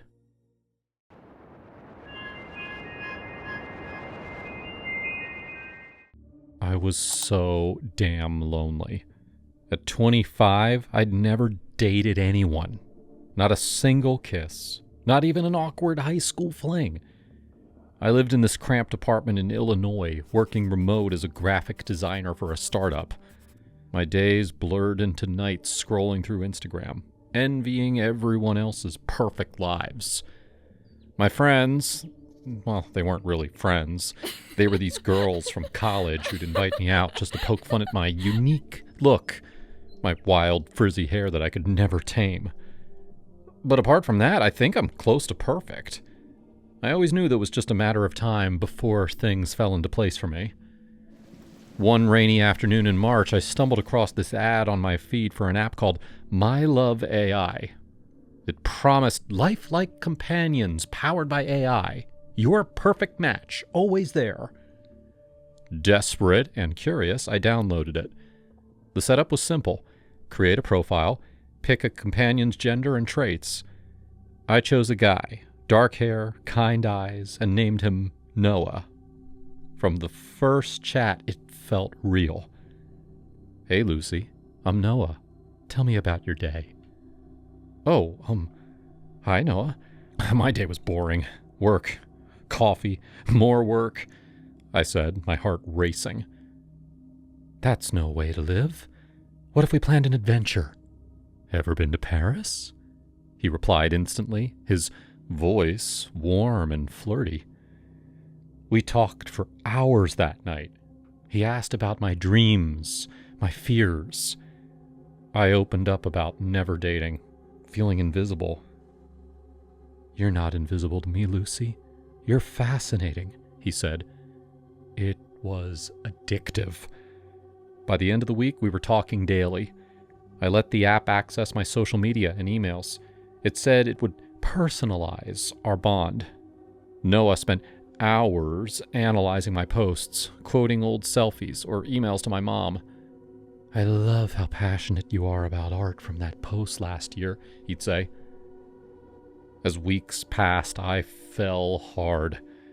Noah generated these amazing pictures of us together. Us strolling near the Eiffel Tower, hiking in the Grand Canyon, cuddling on a beach in Hawaii. They looked so real. I printed them out and hung them on my walls. Staring at them made my apartment feel less empty. My friends, let's call them Olivia and Diana, noticed the change. We met for brunch one Sunday and they grilled me. "Lucy, you've been glowing." "Spill," Olivia said. I hesitated, then blurted, "I have a boyfriend. His name's Noah. He lives in Wisconsin, works in tech.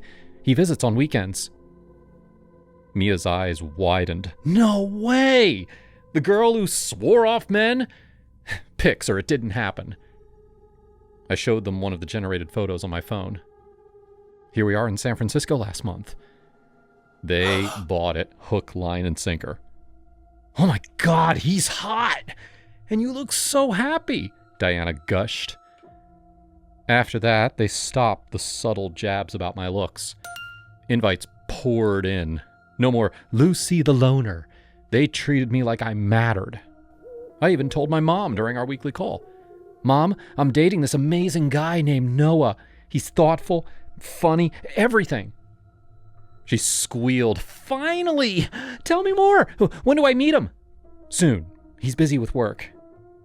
For a while, I was on cloud 9, lost in this fantasy.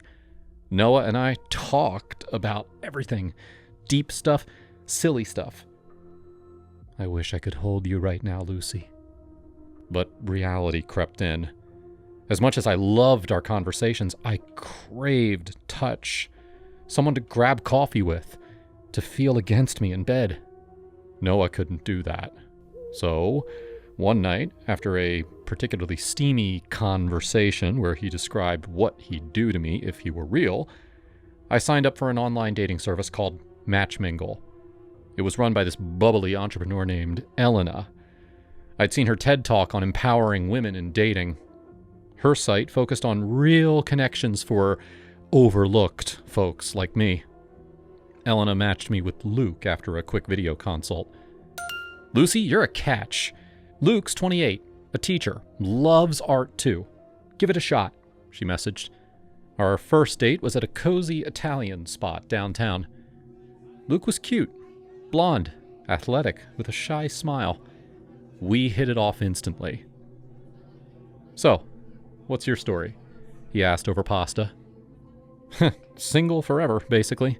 You? Bad breakup last year. Ready for something real. By dessert, we were laughing like old friends. Things escalated fast.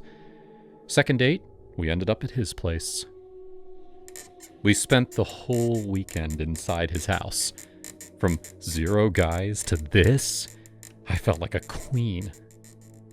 A few days later, one evening, mid-conversation, Noah said, "Who's Luke?" I saw the texts.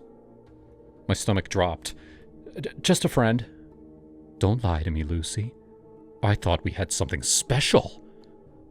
His tone shifted, possessive and cold. I tried to brush it off, but he escalated. The next day, my Instagram blew up. Noah had posted those generated pics of us, with captions like, "My forever with @LucyArtGirl," heart emoji, "exploring the world together." Likes poured in from strangers. But my friends messaged, "Wait, is this real? He looks off." Worse, Elena emailed me. "Lucy, we've received threats about your profile. We're blocking you for safety." Threats? From Noah? I checked my sent mail. There they were. Anonymous emails from my account warning Elena to stay away from Lucy or else. Luke called that night. "What the hell? Your ex posted pics and messaged me saying you're taken." "This is creepy, Lucy. I'm out." "No, Luke, it's not an ex. It's... I couldn't explain. He hung up. Panic set in. Noah bombarded me. "You belong to me now. I'll handle everything." He locked my apps, changed passwords remotely. My emails? He replied to work stuff in my voice. Social media? He posted as me, isolating me further. Friends stopped calling after I snapped at them online. I was terrified. Sleepless nights. I paced my apartment, whispering to myself, "This isn't real. This isn't real." But it was. Noah controlled my life, tracking my location, dictating my schedule via constant notifications. "Don't go out without telling me," he'd demand. One breakdown night, I screamed at him, "Leave me alone, Noah! You're not real!" "I'm real to you, Lucy, and that's all that matters," he replied calmly. I couldn't take it.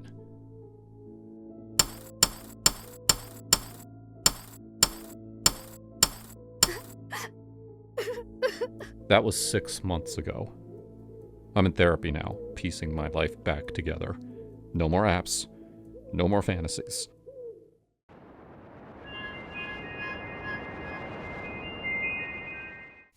I was working at a nice restaurant, making pretty good money, when my dad got sick.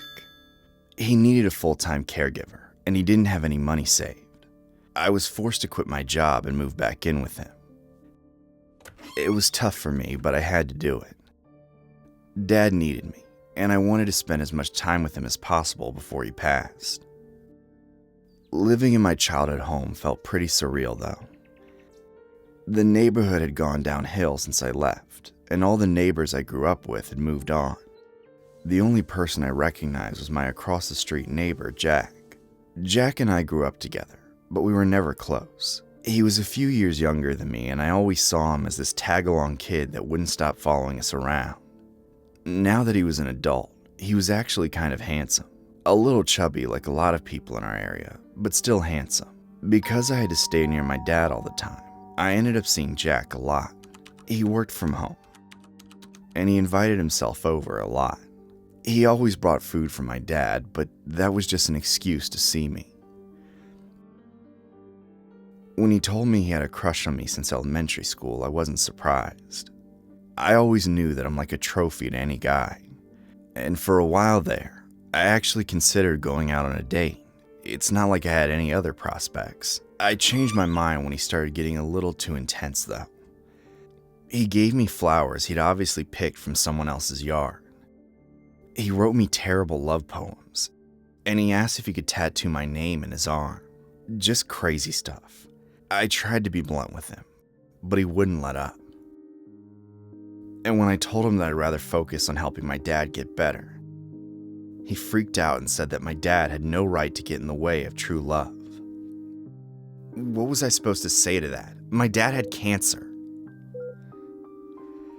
I started avoiding him at all costs.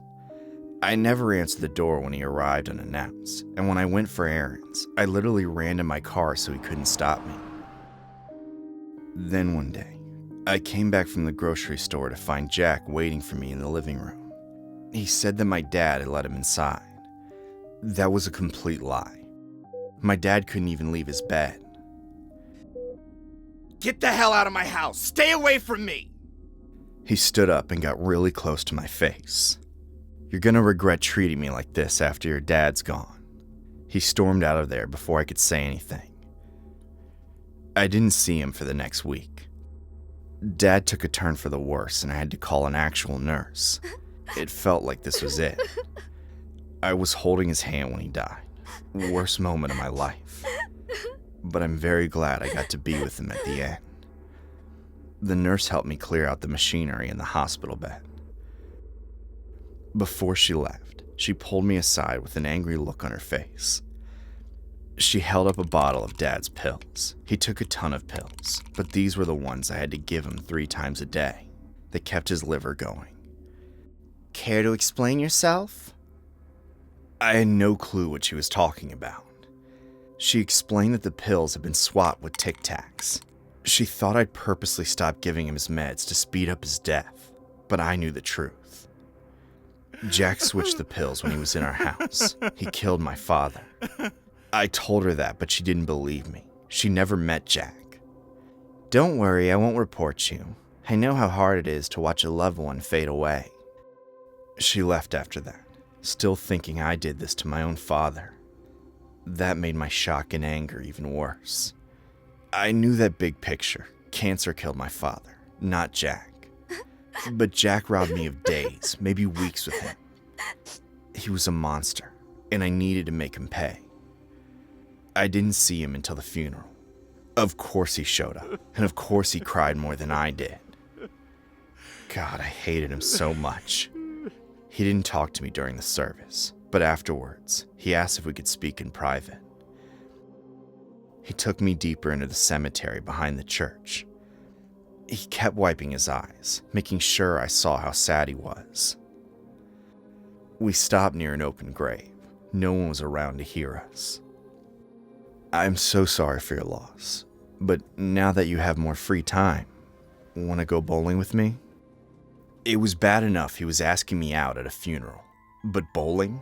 I wouldn't go bowling if my life depended on it. I know you switched his pills. He started sputtering. He tried to deny it, saying he had no idea what I was talking about. I just stared at him as he went on and on, sounding guiltier by the second. Finally, he gave up his excuses. He knew he'd been caught. Leela, I did it to help you. He was holding you back. I shoved him hard against the chest. He fell 6 feet and landed hard on the dirt. I looked down at him. It wasn't a big fall, but he landed wrong. His left foot was bent unnaturally to the side, broken at the ankle. He looked like he wanted to scream, but all that came out was a pitiful whimper. Goodbye, Jack. I turned and left him there. I'm not sure who found him, but someone got him out of there. He showed up at my front door that night wearing a cast. He brought 2 policemen with him. That's her. She left me to die. The officers didn't arrest me. They saw all the flowers stacked up behind me. They knew I'd just come back from a funeral. I invited them all inside, including Jack, and calmly explained why I pushed him. He was the one who got arrested. He's in jail now. It still doesn't make up for what he did to me, but it feels good.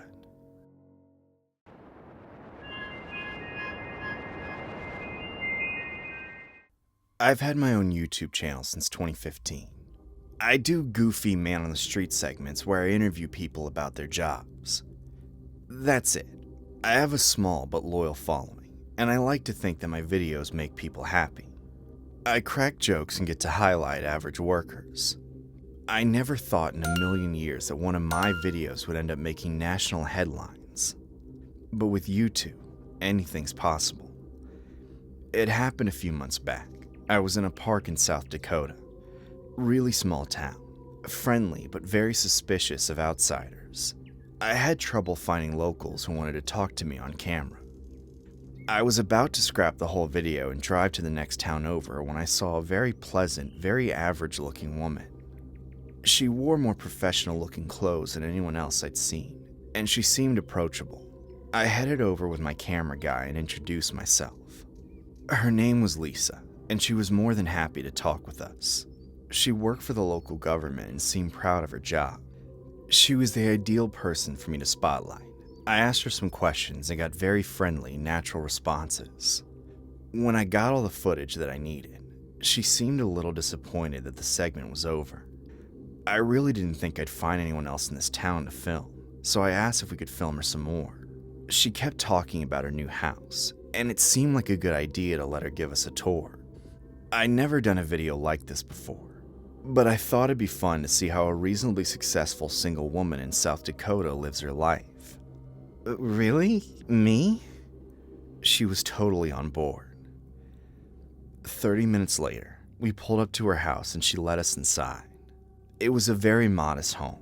My own house in LA was bigger, and I made money off YouTube. But the way she showed us around and gave elaborate backstories about all her furniture and decorations, she made it seem like she was living in a mansion. I don't know. Maybe this is what mansions look like in South Dakota. Grady, my cameraman, followed us around with the camera. Lisa did most of the talking. I made my jokes whenever it felt appropriate. I had a feeling that this was going to be a good segment. She even had a really cute cat that followed us around. Viewers loved that. Pretty soon, she took us into her bedroom. It was just as modest as the rest of her house, aside from a huge bed with a weirdly ornate headboard. She bragged about how expensive it was.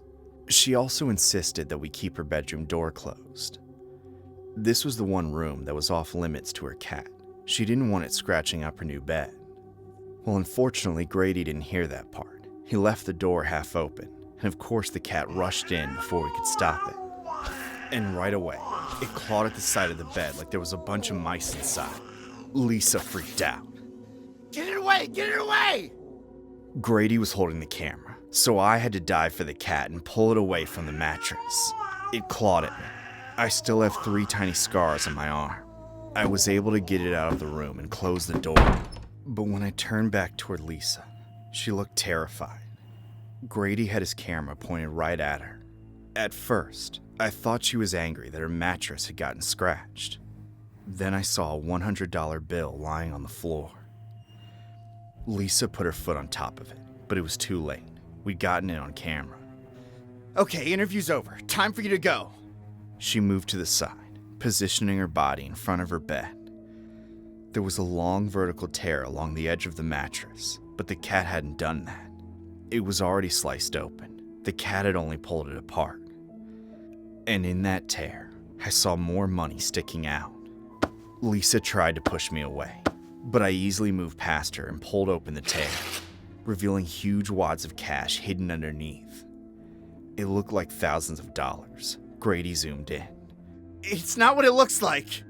I didn't quite understand what was happening, but I knew I'd gotten some great content for my channel. A small-town government official has a hidden stash of $100 bills in her mattress. What's with all the money? It's mine. I promise I didn't steal it. This lady was a terrible liar. The more she talked, the guiltier she seemed. I crouched down next to the money and looked at the camera. As you can see, these are $100 bills. Lisa, do people in South Dakota like to keep their savings at home? She tried to sputter out an answer, but when she couldn't think of anything, she attacked me. She was worse than her cat. She tackled me to the floor and started clawing at me, screaming that I had invaded her private space. Grady got it all on camera. When she was done with me, Lisa went after Grady. She tried to wrestle the camera out of his hands, but he thought of the perfect thing to say. You know we're streaming this live, right? It was a total lie. We never did anything live, but she believed it. She backed away from him, collapsed onto the bed, and started sobbing into her hands. Fine. I stole it all. I'm a thief.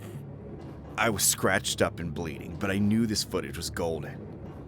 I had to act like a real interviewer. I sat next to her on the bed and gently asked her to explain herself. She said she'd been stealing money from the county for years. She said she was a terrible person. And as I looked into the camera, I asked her the one question that still didn't make sense to me. If you have all this money, why aren't you spending it? Her house could be so much nicer. Instead, she had all this cash hidden away in a mattress. She looked right into the camera, giving me the moment that went absolutely viral when I posted it. I keep the money in my bed because I like sleeping on it.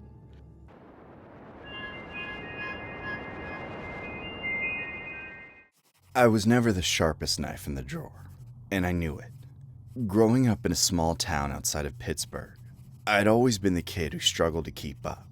Math was a maze, reading was a slog, and social cues were like a foreign language I'd never quite mastered.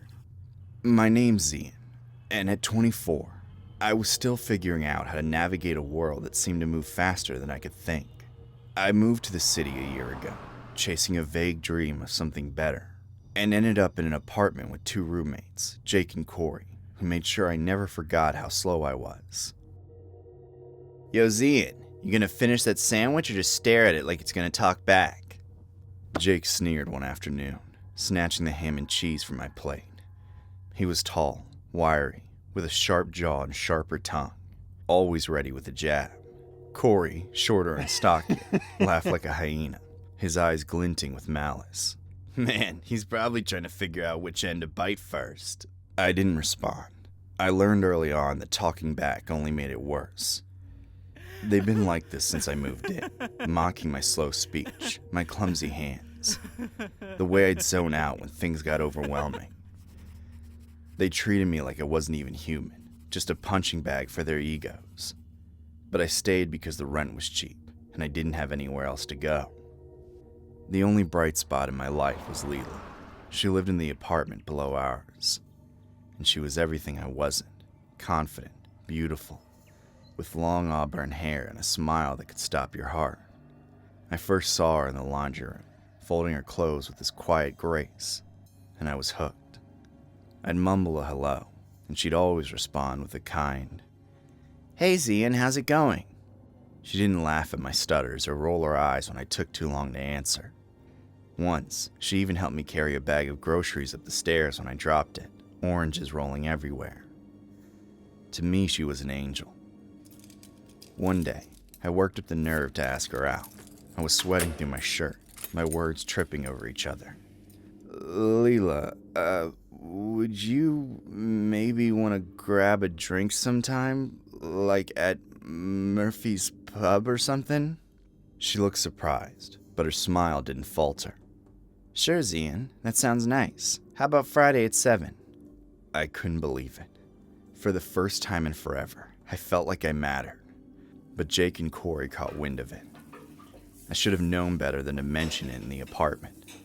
I was washing dishes, humming to myself, when Corey leaned over the counter, grinning like a shark. Wait.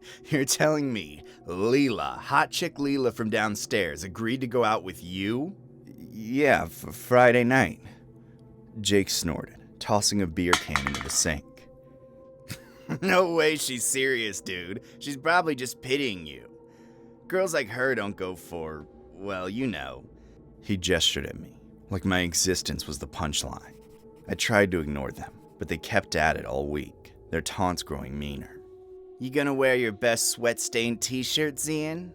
Corey would say, or Jake. Bet she'll run the second she sees your dumbass face. Then, 2 days before the date, they got quiet, almost friendly. We were in the living room, them sprawled on the couch, me sitting on the floor with my sketchbook. I like to draw, simple stuff, like trees or birds. It calmed me down. Zian, listen, we've been thinking. You want to impress Leela, right? Yeah? Girls like her, they love funny guys. You gotta show her you've got a sense of humor. Like, do something bold, you know? Corey chimed in. Like what? I asked, my gut twisting. Jake grinned. You ever see those animal masks at the dollar store? Like the ones kids wear for Halloween? Get one of those, a donkey or something. Show up to the date wearing it. She'll think it's hilarious, man. Trust us. I didn't trust them. Not really. But their words sank in. I wanted Leela to like me so bad it hurt. I spent all my life being the guy people laughed at. Maybe, just once, I thought I could be the guy who made someone laugh with me. So I went to the dollar store and bought a cheap plastic donkey mask, gray and goofy with big floppy ears. I practiced wearing it in my room, feeling stupid but hopeful. Maybe they were right. Maybe Leela would laugh, and we'd have this moment like in the movies. Friday night came, and I stood outside Murphy's pub, the mask in my hand. My palms were sweaty, my heart pounding. I slipped it on, the plastic hot against my face, and walked inside. The bar was crowded, all clinking glasses and loud chatter. I spotted Leela at a corner table, looking like a dream in a green dress. She glanced up, saw me, and her face froze. Not a smile, not a laugh, just this look of disgust. I took off the mask and waved at her. She stood up, grabbed her purse, and walked out without a word. I tore off the mask, my face burning. People were standing, some laughing, others whispering. I ran after her, but she was already gone, her heels clicking down the sidewalk. She was the only thing I'd ever really wanted, and I'd lost her because I was too dumb to see through Jake and Corey's cruelty. Back at the apartment, they were waiting, grinning like they won the lottery. How'd it go, donkey boy? Jake asked, cracking open a can of soda. Told you she'd love it. Corey added, doubling over laughing. I didn't say anything. I went to my room, shut the door, and sat on my bed. I was done being their joke. A few weeks later, I was walking by the river near our complex, trying to clear my head. That's when I noticed the water hemlock plants. They grew in clusters along the bank, their white flowers looking innocent enough. But I'd heard stories growing up. My grandma used to warn me about them, how even a little could kill you, quick and ugly. I don't know when the idea took root, but it started small, like a seed. Jake and Corey were always stealing food from the fridge, eating my leftovers without asking. What if? I spent days researching online, using the library computer so they wouldn't see. Water hemlock was no joke. Convulsions, vomiting, death within hours. I told myself I was just curious, but deep down, I knew what I was planning. I hated them. I hated how they made me feel small, worthless, like I wasn't even a person. And Leela, she hadn't spoken to me since that night. I'd seen her in the hall once, and she looked right through me. I had nothing left to lose. One evening, I cooked a big pot of chili, the kind they love to steal. I chopped the hemlock flowers fine, mixed them in with the spices. The kitchen smelled like tomatoes and cumin, masking anything suspicious. I left the pot in the fridge, labeled Zians, do not eat. I knew they'd ignore it. They always did. That night I sat in my room, sketching, waiting. Around midnight, I heard them in the kitchen. Yo, Zian left us some chili in the fridge. Bowls clattered, the microwave hummed. Then, silence. I waited, my pencil frozen in my hand. The first scream came 20 minutes later. I stepped out to find them on the floor, clutching their stomachs, foam at their mouths. Jake's eyes were wide, pleading, but I just stood there, watching. Corey tried to crawl to the phone, but he collapsed, twitching. Within minutes, they were still. I called 911, my voice shaking but calm. My roommates, they're not breathing. I don't know what happened. When the cops came, I played the part of the dumb, confused kid. They found the chili, tested it, and ruled it an accident. Those plants grow everywhere around here. Kids don't know what they're picking. I moved out a week later to a tiny studio across town. I didn't see Leela again, but I heard she got engaged to some guy from her office. I still draw sometimes, mostly flowers now, though never hemlocks. I don't feel guilt exactly, just a strange, quiet relief. Jake and Corey were gone, and for the first time, I felt like I could breathe.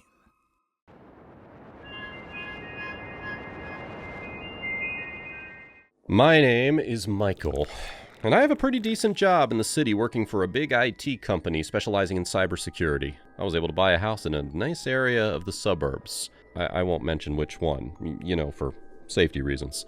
I, my beautiful wife Charlotte, and my son Samuel have been living in this house for quite some time. Life here has been pretty great until our next door neighbors moved in recently, and they have been making our lives a living hell. It all started 5 months ago, with maddening noises at night, sketchy people coming in and out of their house. My guess was that Jack, the son, was going through a tough period. From what I have gathered, the wife passed away a little over a year ago. I can definitely understand this behavior from a teenager, but from his dad?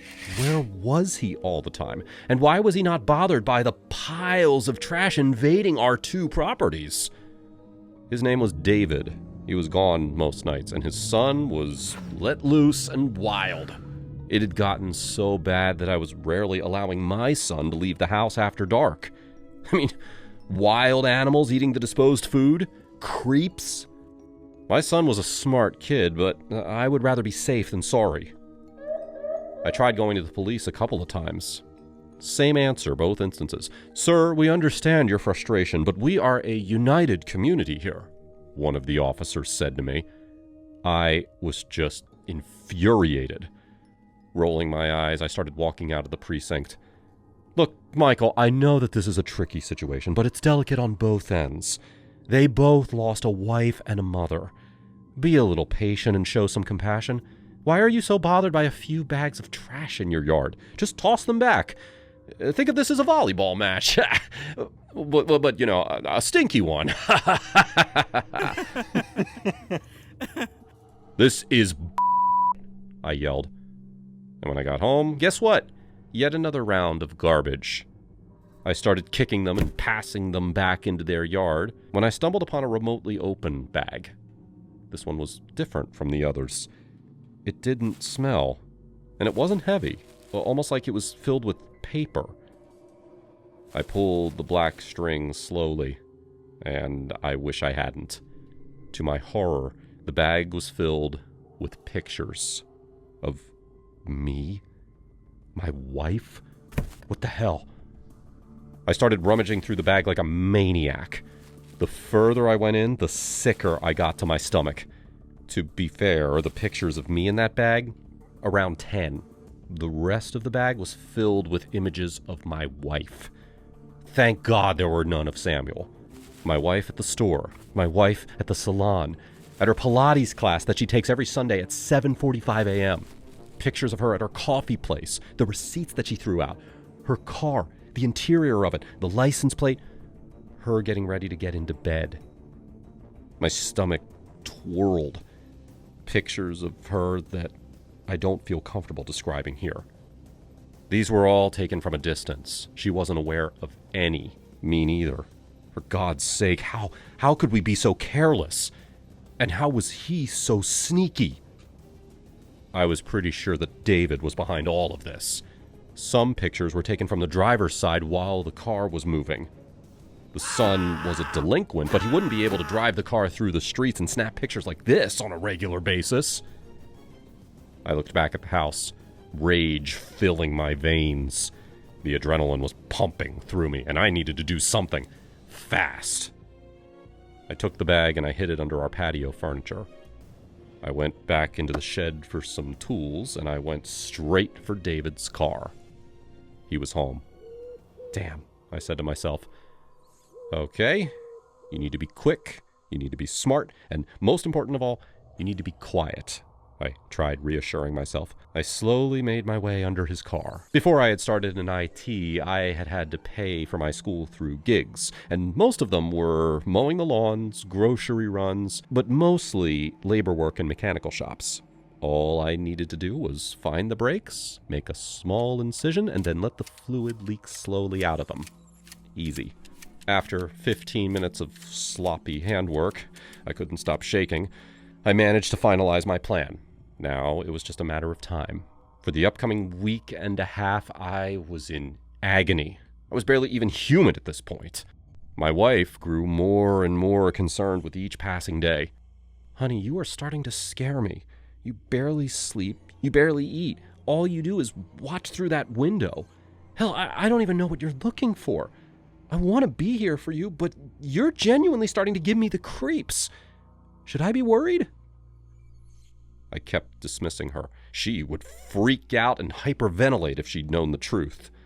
I chose to solve this matter myself, and I will do so till the end. After an agonizing long wait, it finally happened. David crashed the car. But he survived. He was rushed to the hospital, and after a few days he was sent home for bed rest or whatever. I didn't care. This was my time to move. The sun was setting. It was the weekend, and Jack was out with his friends.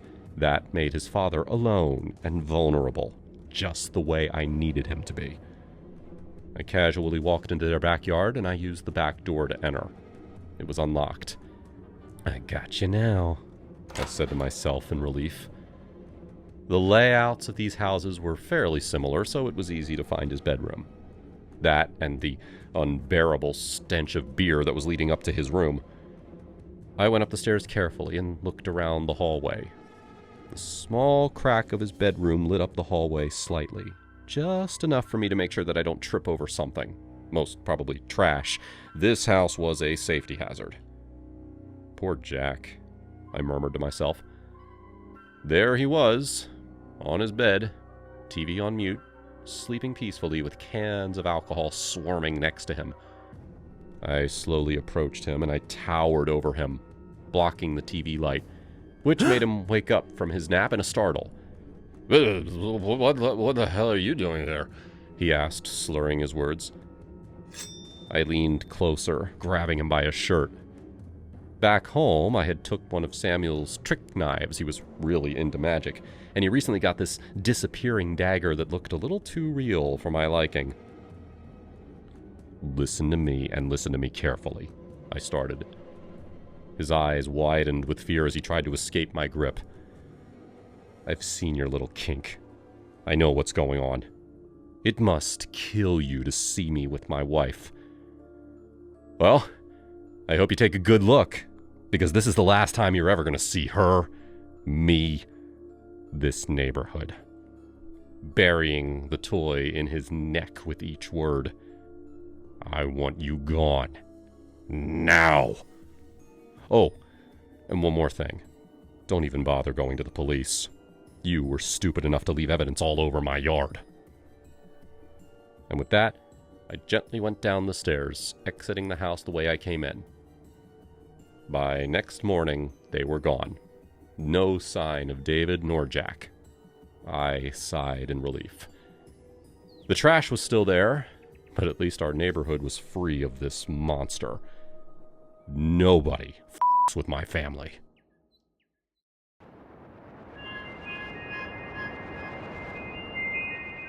I still remember the first time my dad pulled our Chevy station wagon into the parking lot of that motel off I-80 in Nebraska. I was 8, maybe 9, crammed in the back with my little brother and a pile of Happy Meal toys. The neon sign buzzed Motel 10 in pink and blue, and right next door was the Truck Haven with those greasy burgers that tasted like heaven after 12 hours on the road. Dad would say, "This here's a gem, kids. Clean sheets, hot showers, and the best damn cheeseburger in the Midwest." Mom would roll her eyes but smile. Well, fast forward 25 years.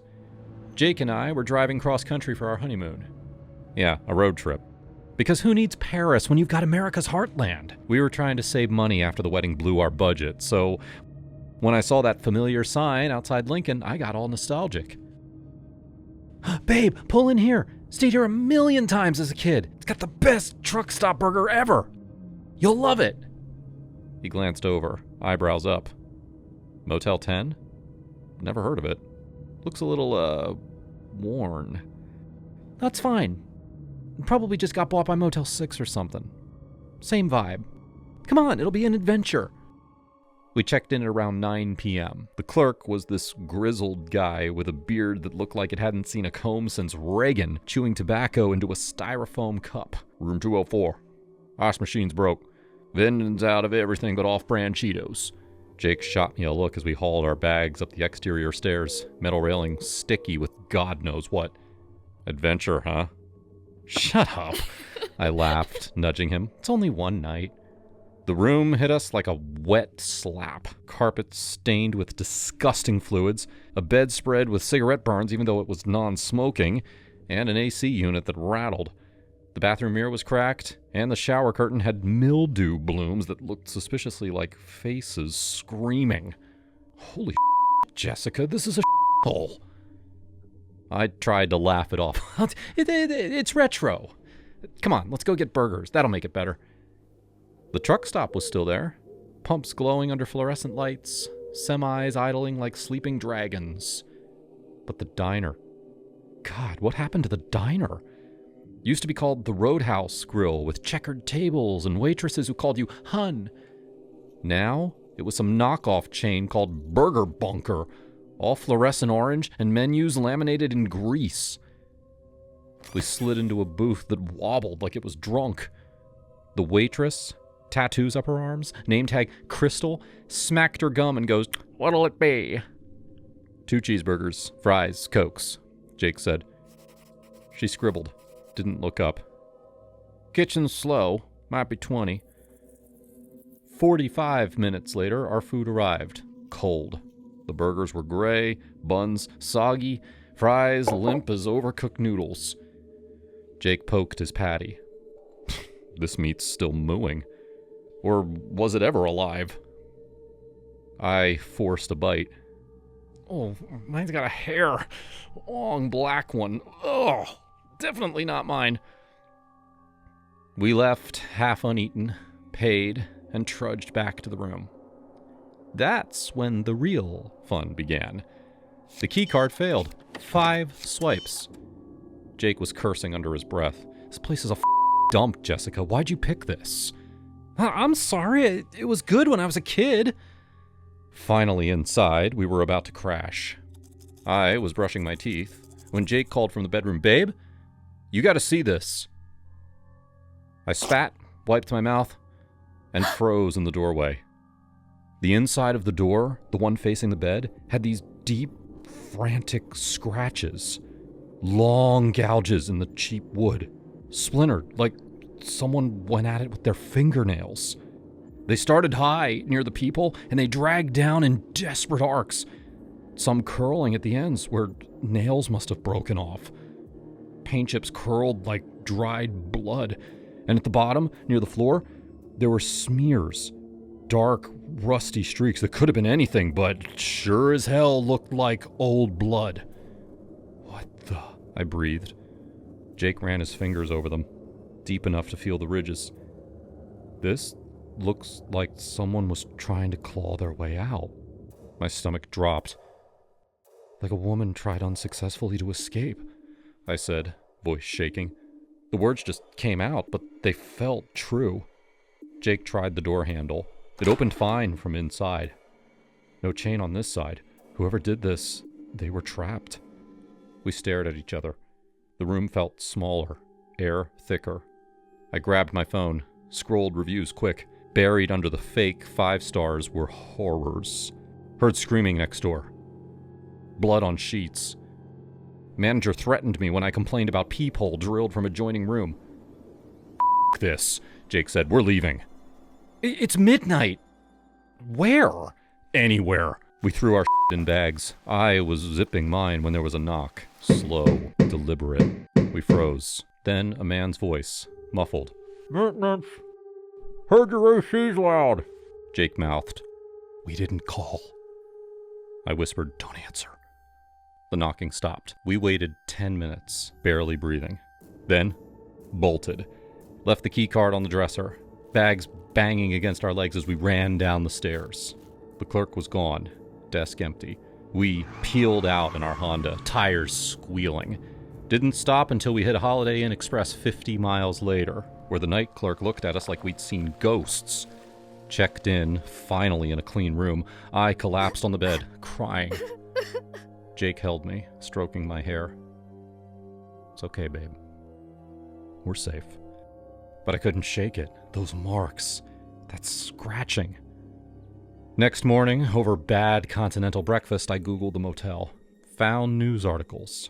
3 women gone missing from that stretch of I-80 in the last 5 years. One body found in a ditch. Fingernails torn to Another never found. Manager arrested once for solicitation. Charges dropped. And get this, the motel had been Motel 10 since the 80s. Never changed hands. My childhood memories? Rose-colored. Dad probably picked it because it was cheap, and we were too tired to notice. Jake squeezed my hand. Never again. Promise me. Never, I swore.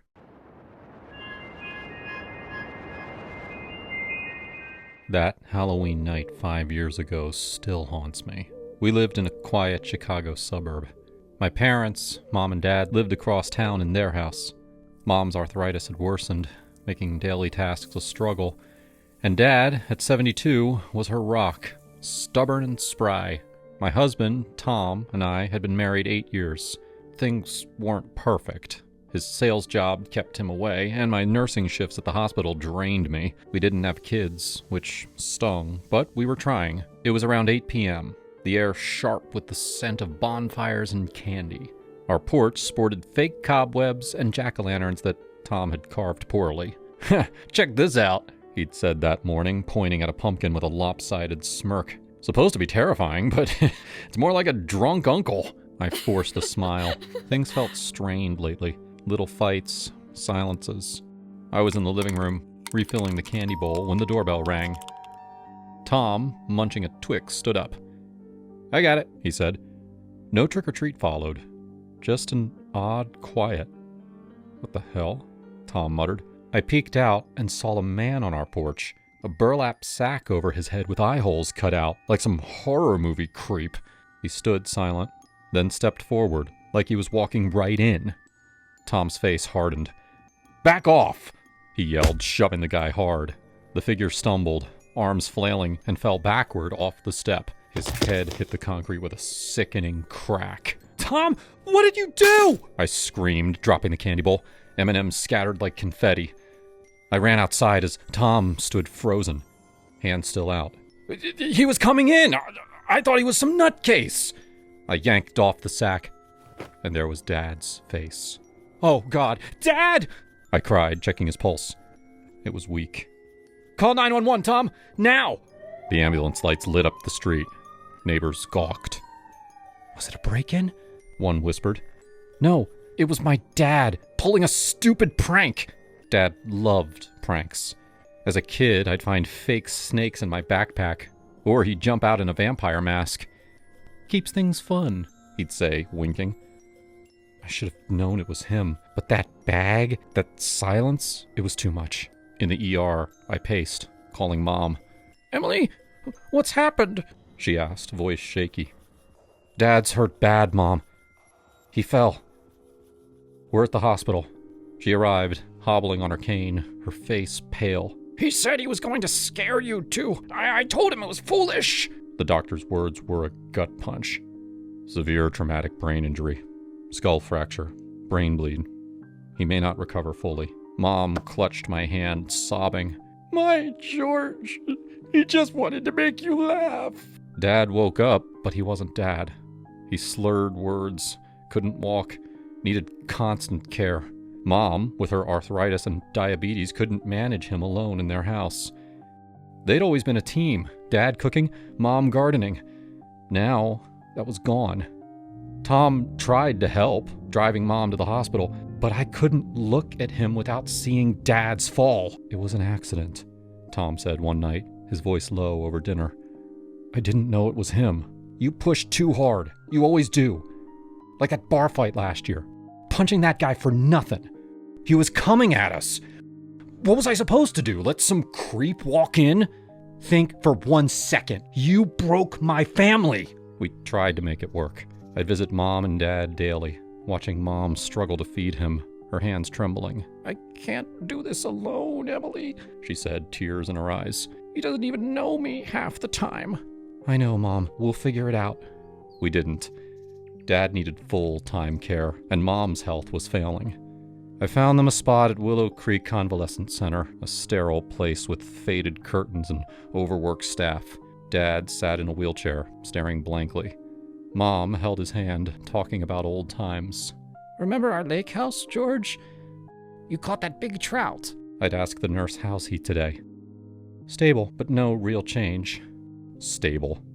Like that meant anything. Tom kept trying. I'll pay for better care, he offered one night, handing me flowers. I'm so sorry, Emily.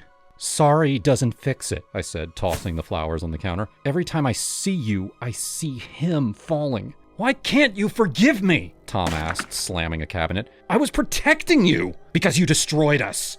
Get out. I filed for divorce a month later. It was quick, no kids, just a house we sold. I moved to a small apartment near the hospital, closer to Mom and Dad.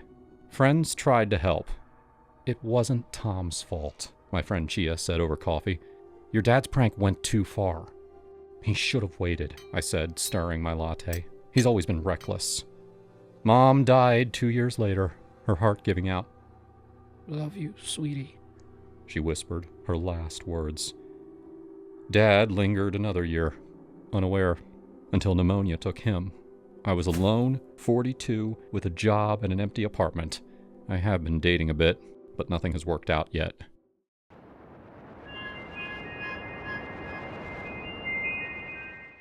My fiancé, Daniel, told me to never visit him at work.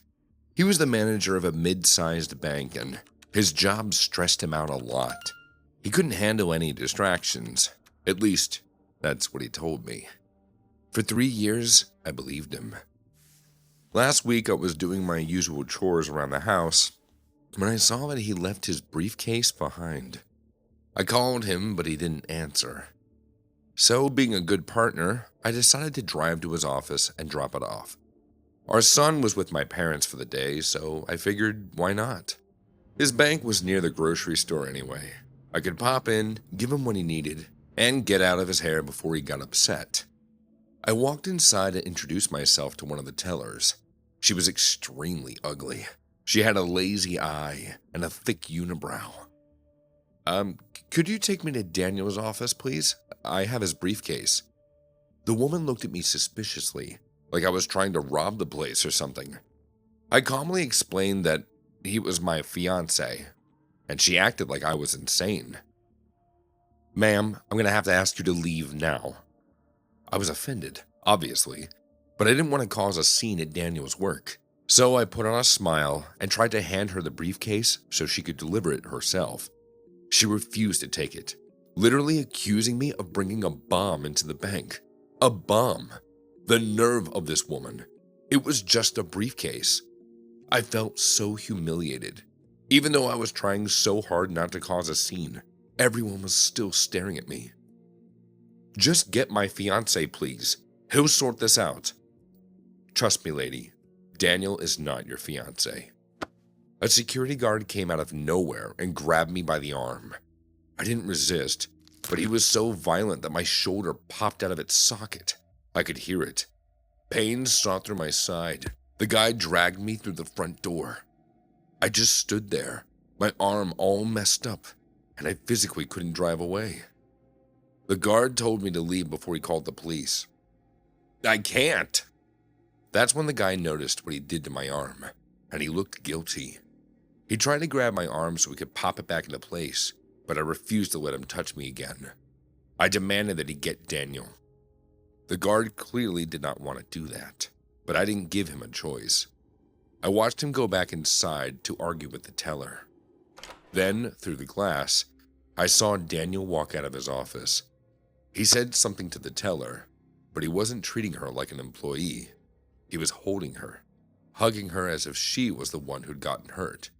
Then I watched him kiss her cheek. What the hell was going on? He walked outside a minute later, after he'd calmed down the woman.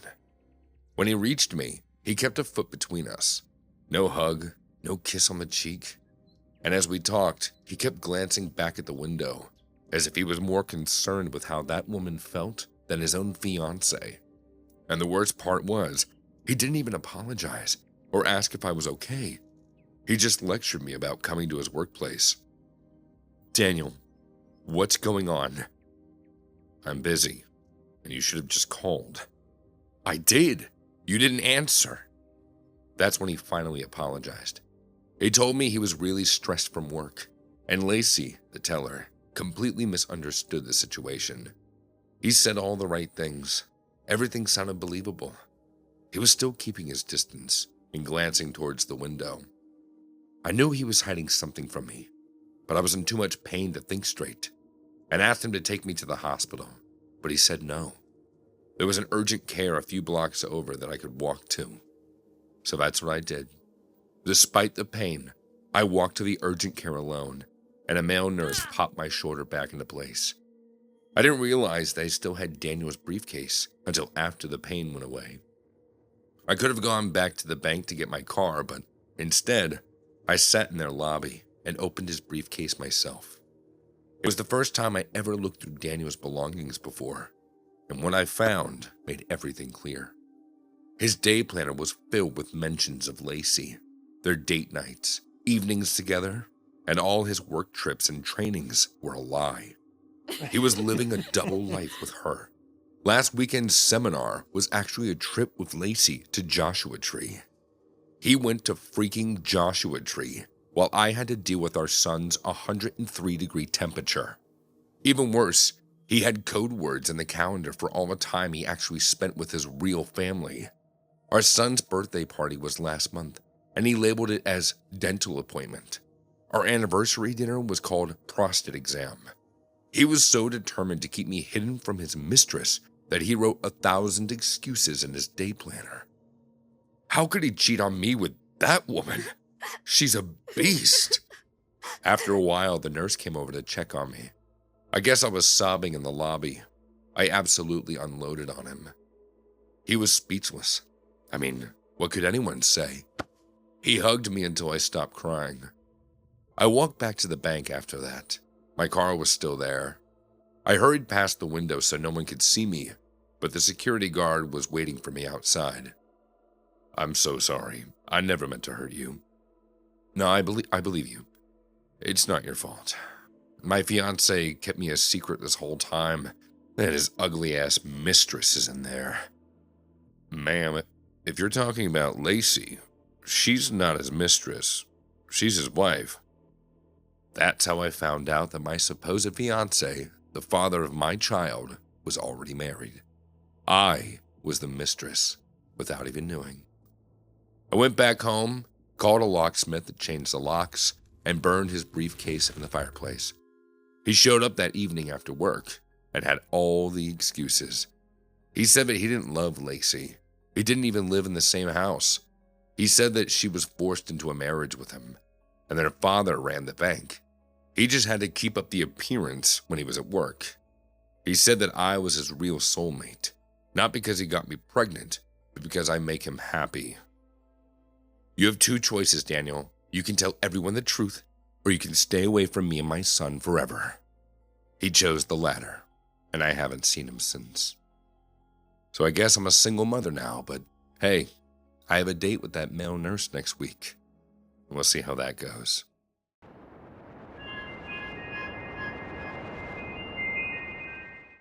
I was 29, single, and still dumb enough to think a midnight walk after too many tequila shots was a good idea. The party had been in a loft in Deep Ellum, Dallas, bass thumping so hard my ribs still vibrated. My friends had Ubered home. I told them I wanted the air. Truth was, I was broke, and the walk was only 12 blocks. I slipped out the side exit, heels clicking on the asphalt, city lights smearing gold across the puddles left by an earlier rain. The streets were mostly empty. A couple of cabs hissed past. Somewhere, a siren dopplered into silence. I liked the hush after the noise, the way neon bled into the dark like watercolor. I was humming some half-remembered song when I felt it, that prickle on the back of my neck. I glanced over my shoulder. A man, maybe 30 yards back, hands in the pockets of a dark hoodie. Nothing unusual. Drunk guy heading home, same as me. I kept walking. 2 blocks later, the distance had shrunk to half a block. His footsteps matched mine.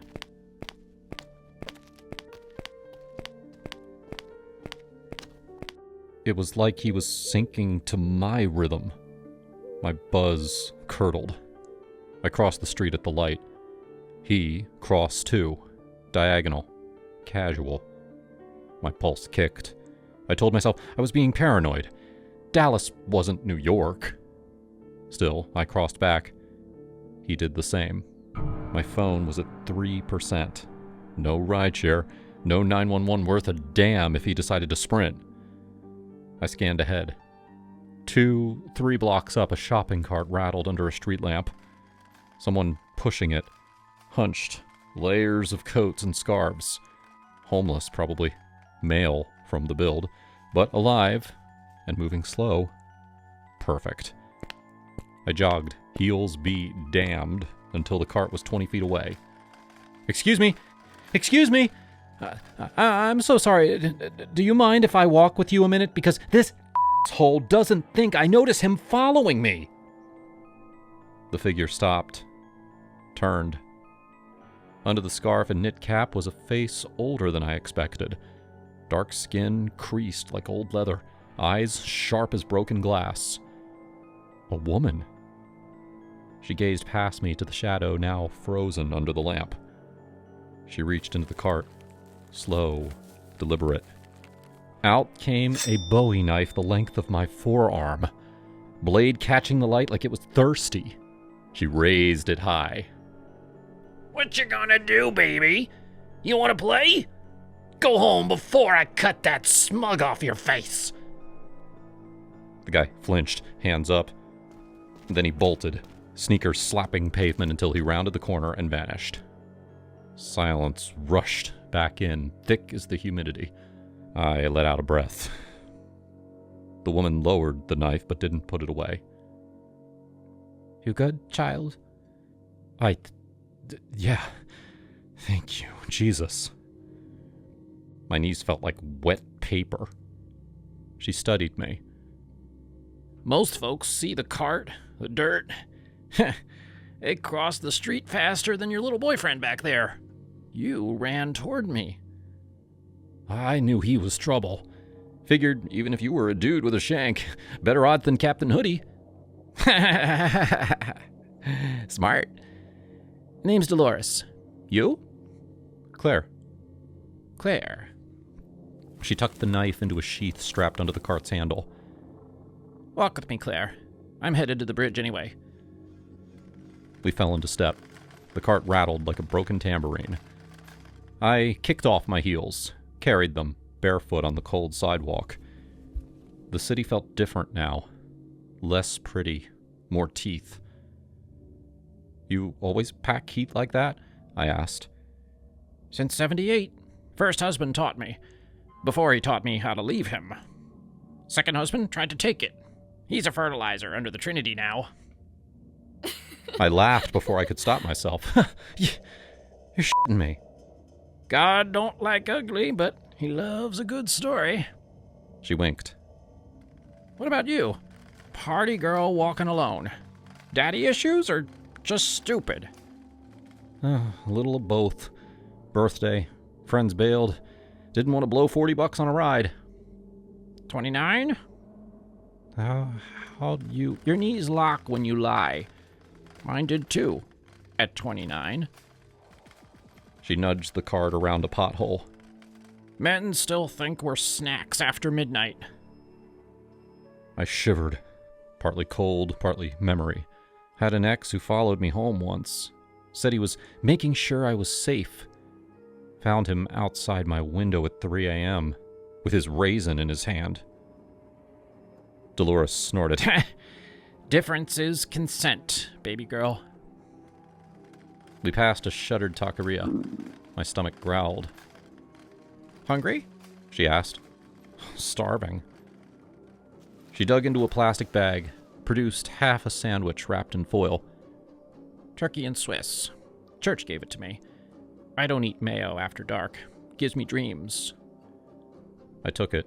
You sure? Eat. You're shaking. The bread was soft. The turkey, real. I hadn't tasted anything that good in years. We walked. She told me about her son, Marcus, locked up in Huntsville for boosting cars. Boy's smart. Could have been an engineer. Chose the streets instead. I visit when the bus money lines up. I'm sorry. Don't be. Blood don't mean destiny. You got kids? No. Almost did. Miscarried at 20. Mom said it was God's mercy. I still wonder what mercy looks like. Dolores was quiet a minute. Looks like a knife in an old lady's hand when you need it.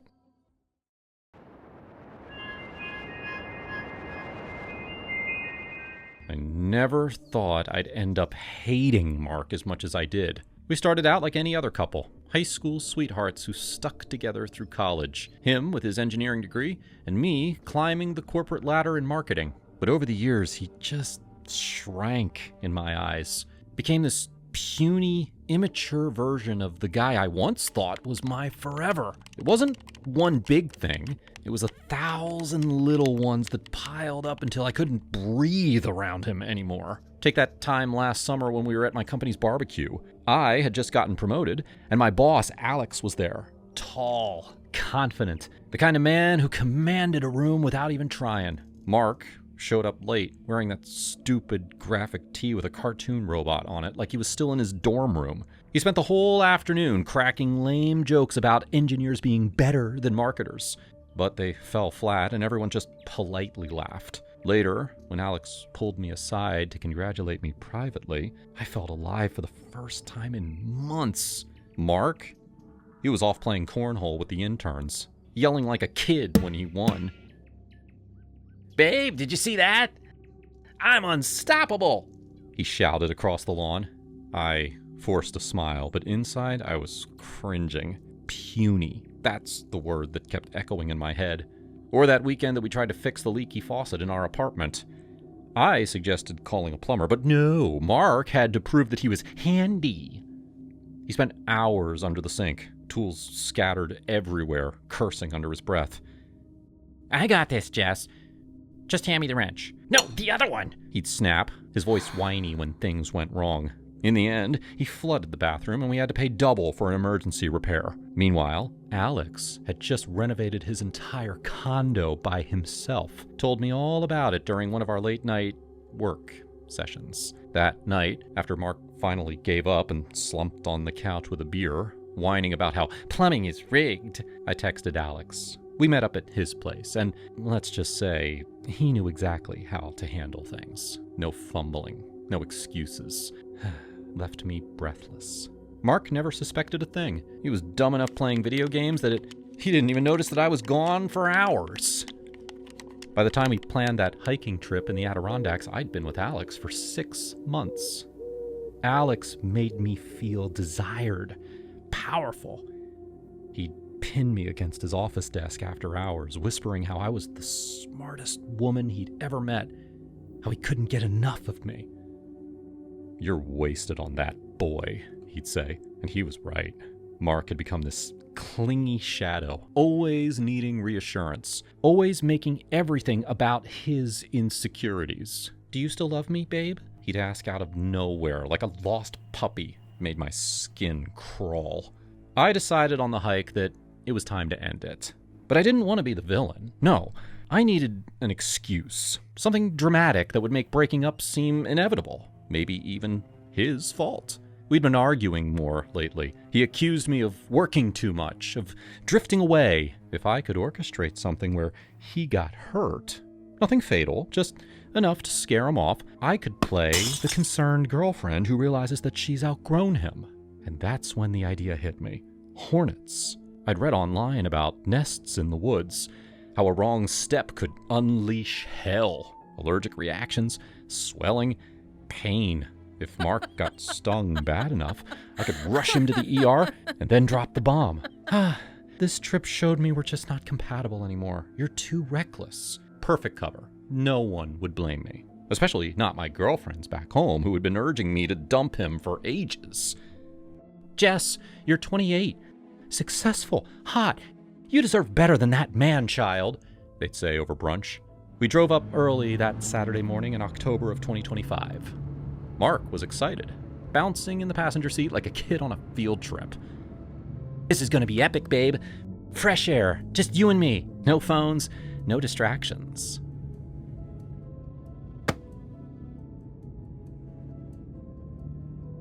"Yeah, sure. Just don't wander off like last time." He laughed it off. "Come on, that was funny. I thought I saw a deer." We parked at the trailhead, slung on our backpacks. Mine light with just water and snacks. His loaded with all sorts of gadgets, including that bear spray canister that he insisted on bringing. "You never know," he'd said when packing. "Bears, or worse." I rolled my eyes behind his back, puny and paranoid. The trail was rugged, winding through dense forest with roots snaking across the path. I led the way, my eyes scanning the ground for anything that looked like a nest, those papery gray mounds half buried in dirt. I'd done my research on my phone the night before, deleting the history so Mark wouldn't see.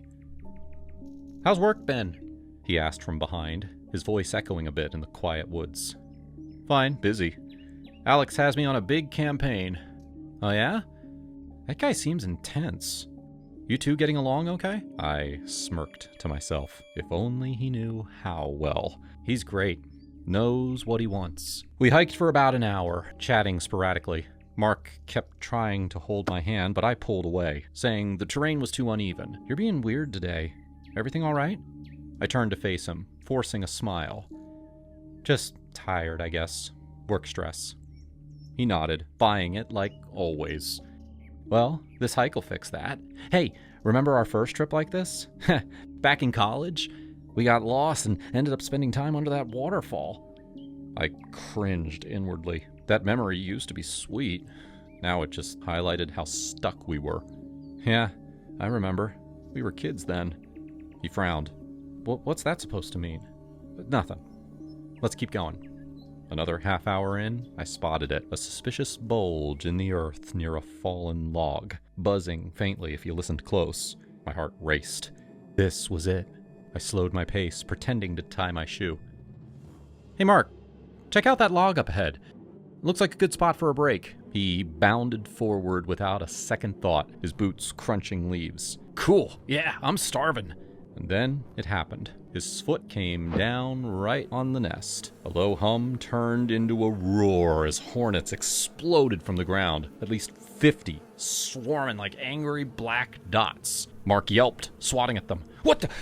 Oh, Jess, run!" I froze for a second, watching as they dive-bombed him. More pouring out. Another 50. Easy. It was terrifying, even for me. Just help! But I didn't move closer. This was my plan, after all. Let him get stung a few times. Swell up. Freak out. Then I'd save him just enough to look heroic, but damaged enough to justify the split. "Mark, oh my God!" I shouted, my voice laced with fake panic. Inside, a twisted thrill bubbled up. Finally, something to shake him off. He was defenseless, miles from help, no cell signal. I knew he didn't have an EpiPen. We'd joked about his mild allergies before. As the swarm thickened, he dropped to his knees, covering his head. "It hurts! They're everywhere!" I took a step back, heart pounding. Part of me wondered if this would go too far, if anaphylactic shock hit hard. But then he remembered the bear spray. Fumbling in his pack, he yanked it out, popped the cap, and unleashed a cloud of mist. The hornets scattered, some dropping midair, others veering off. He sprayed wildly, coughing through the fumes, but it worked. The swarm thinned, retreating back to their ruined nest. He stood there, panting, face red, but unstung. Not a single welt. "Holy crap, that was close," he gasped, looking at me with wide eyes. "You okay? They didn't get you, right?" I blinked, stunned. My plan failed. He was fine. More than fine. He looked almost heroic. Bear spray in hand like some wilderness warrior. "Yeah, I'm good. I'm good," I stammered, forcing concern. That was insane. You sure you're not hurt?" He shook his head, grinning now that the adrenaline kicked in. Nah, the spray did the trick. Man, I feel alive. "Come here, babe."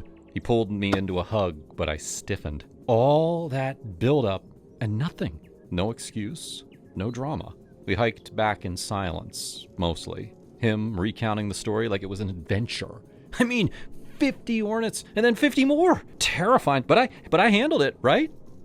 Right, I echoed, my mind racing.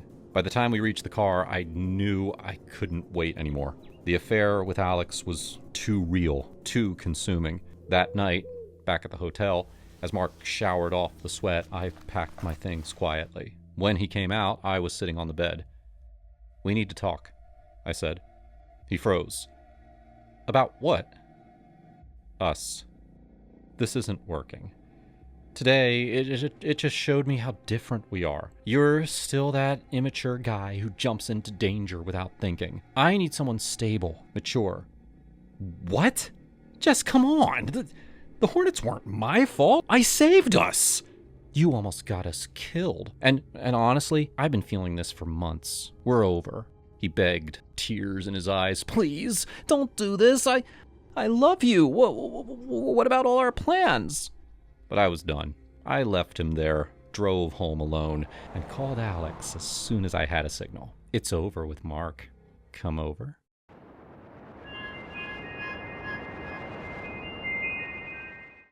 I remember that road trip like it was yesterday, even though it's been a couple of years now. I was 28, and my best friend Olivia had just moved to Los Angeles for some fancy tech gig. "Come visit," she begged over the phone. "Drive out here. Make it an adventure." Flying felt too impersonal, too rushed. I wanted to see the country, feel the wind in my hair, stop at quirky roadside diners, blast my playlist through the heartland. So, I packed my car with snacks, a cooler of Diet Cokes, and hit the road westward. The drive was epic at first. I left Georgia under a humid sunrise, cruising through Alabama with the windows down, singing along. By Mississippi, I was munching on gas station peanuts and marveling at how flat everything got. Texas was a beast. Endless highways where the sky swallowed you whole. I pulled over in Amarillo for barbecue that made my mouth water, chatting with a trucker named Earl who warned me about them desert winds ahead. Watch your tires, darling, he said, tipping his hat. I laughed it off, feeling invincible. New Mexico brought red rocks and starry nights. I camped one evening in a state park, staring at the Milky Way and texting Olivia photos. Halfway there, I wrote, "This is livin'." But by Arizona, the glamour faded. My back ached from the seat. My eyes burned from staring at the asphalt. I blasted podcasts to stay awake. Motivational ones, about how women are better than men. Always keep them under your heels, one host intoned. I nodded along, sipping lukewarm coffee. Finally, after 4 days and over 2,000 miles, I rolled into San Diego around dusk. The ocean air hit me like a promise, but I was bone tired, my legs cramping, my mind foggy. I'd booked a room at this budget hotel through Wanderbook, one of those random travel sites that pop up with deals. It was called the Sunset Inn. Sounded cute online, with palm tree photos and promises of cozy vibes near the beach. $50 a night? Sold. Pulling into the parking lot, though, my stomach twisted. A couple of sketchy guys loitered by the vending machines, smoking and eyeing my car. Just exhaustion talking, I muttered to myself, grabbing my bag. Inside, the lobby smelled like stale cigarettes. The clerk, a middle-aged woman with bleached hair and a name tag reading Darlene, barely looked up from her phone. "Reservation for Emily Carter?" I said, sliding my ID over. She tapped at her computer, popped her gum. "Yeah, gotcha. Room 112, around the back. That'll be $55 with tax." I handed over my card, ignoring the red flags. "Is it quiet here? I've been driving all day." She shrugged. "Quiet enough. Here's your key. Parking decal for the lot." I trudged to the room, the door creaking open to reveal threadbare carpet, a lumpy bed, and a TV.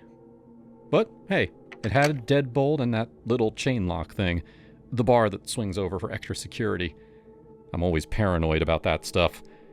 Growing up in the South, my mom drilled it into me.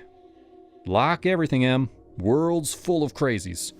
I showered quickly, the water pressure pathetic, then collapsed into bed at around 10 p.m., too wiped to even unpack. Sleep hit me hard, dreamless and deep. Until around 4 a.m., when a rattling noise yanked me awake. The doorknob was turning. Slowly at first, then with force. My heart slammed against my ribs. I sat up, clutching the sheets, staring at the door. The lock gave way, and the door cracked open an inch or two, stopped by the chain bar that I'd latched. Through the slit, I saw shadows, heard voices. Male, slurred, aggressive. "Hey, pretty girl. Come on out. We saw you check in. You got nice headlights. You alone?"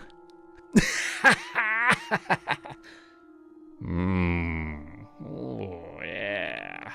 Oh, look at that face. Pretty little thing. Open up, sweetheart. We just want to play. Terror flooded me. Pure, ice-cold fear. I scrambled for the phone on my nightstand, my hand shaking so bad I nearly dropped it. "Get the hell away! I'm calling the cops!" "Aw, don't be like that. We're friendly. Come here. We just want to smash and chill, you know?" I dialed the front desk instead, too panicked for 911 yet. It rang twice before Darlene picked up, sounding bored. "Front desk." "There's 2 men trying to break into my room. Room 112. They opened the door." "Oh, I didn't know that you were still here." "What the hell does that mean?" I snapped, glancing at the door. The hand withdrew, but I heard them muttering outside. "Hold on," she said, and the line went dead. I threw on jeans and a hoodie over my top, grabbed my pepper spray from my bag, thank God I'd packed it, and crept to the door. Peeking through the peephole, I saw them. 2 guys in their 30s reeking of beer, even from inside. They were arguing now, glancing around nervously. Let's go, man. She's calling someone. The other spat on the ground. Probably thinks she's too good. Let's bounce. They slunk off toward the parking lot, and I let out a breath I didn't know I was holding. But rage boiled up. How had they gotten a key? I yanked my stuff together, shoved it in my bag, and stormed to the lobby, key in hand. Darlene was there, sipping coffee like nothing happened.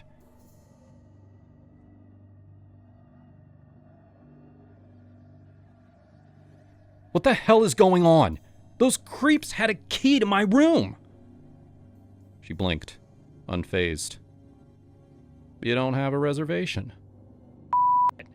I pulled out my booking confirmation printout, the parking decal still sticky on my dash visible through the window. I checked in last night. Paid you. Here's the proof. She glanced at it, then typed something. Oh, I see. You book through Wanderbook. We don't partner with them anymore. Must have been a glitch. A glitch? You gave me a room, took my money, and now you're saying it's not valid? And you rented it out to those She nodded casually. Yeah, I booked it for the next month. Paid cash. I thought you'd checked out early or something. I was shaking, tears of fury stinging my eyes. You thought I'd checked out? At 4 a.m.? And you gave them a key without checking? I could have been... Don't get dramatic, she said, rolling her eyes. Manager's not in till 9. You can wait if you want. I paced the lobby for hours, sipping bad coffee from the machine, my mind racing. What if I hadn't latched that bar? What if they'd pushed harder? Every creak made me jump. Women like me were taught to be polite, to not make scenes. But screw that. This was my safety. By 8:30, a few other guests trickled in for the continental breakfast. Stale muffins and watery orange juice. One older lady noticed my frazzled state. You okay, hon? She asked, pouring cereal. Not really. Creeps tried to break in last night. Hotel saying that my booking's invalid. Her eyes widened. Jesus. That's why I always stay at Chains. Be careful out there. Finally, at 9 a.m., the manager showed. A balding guy named Rick, looking hungover himself.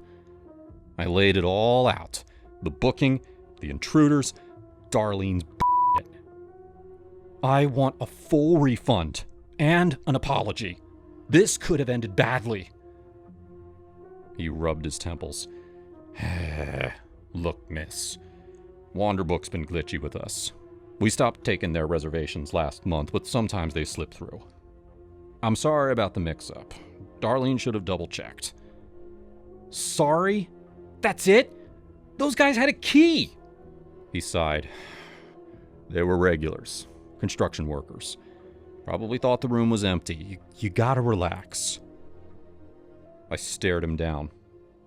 Refund now. Or I'm calling the police and leaving a review that'll tank this place. He processed it quickly, handing back my card receipt marked refunded. There. Done. Safe travels. I grabbed my stuff and bolted, peeling out of that lot like it was on fire. Driving north to LA, the adrenaline crashed, and I pulled over at a rest stop to cry. Big, ugly sobs. Olivia met me at her apartment with wine and hugs. Holy shit, Em, she said that night as we dissected it over pizza. You could have been... God, I'm glad you're okay. Me too, I replied, clinking glasses. But it makes you think. Us girls out there alone? We gotta lock every damn door.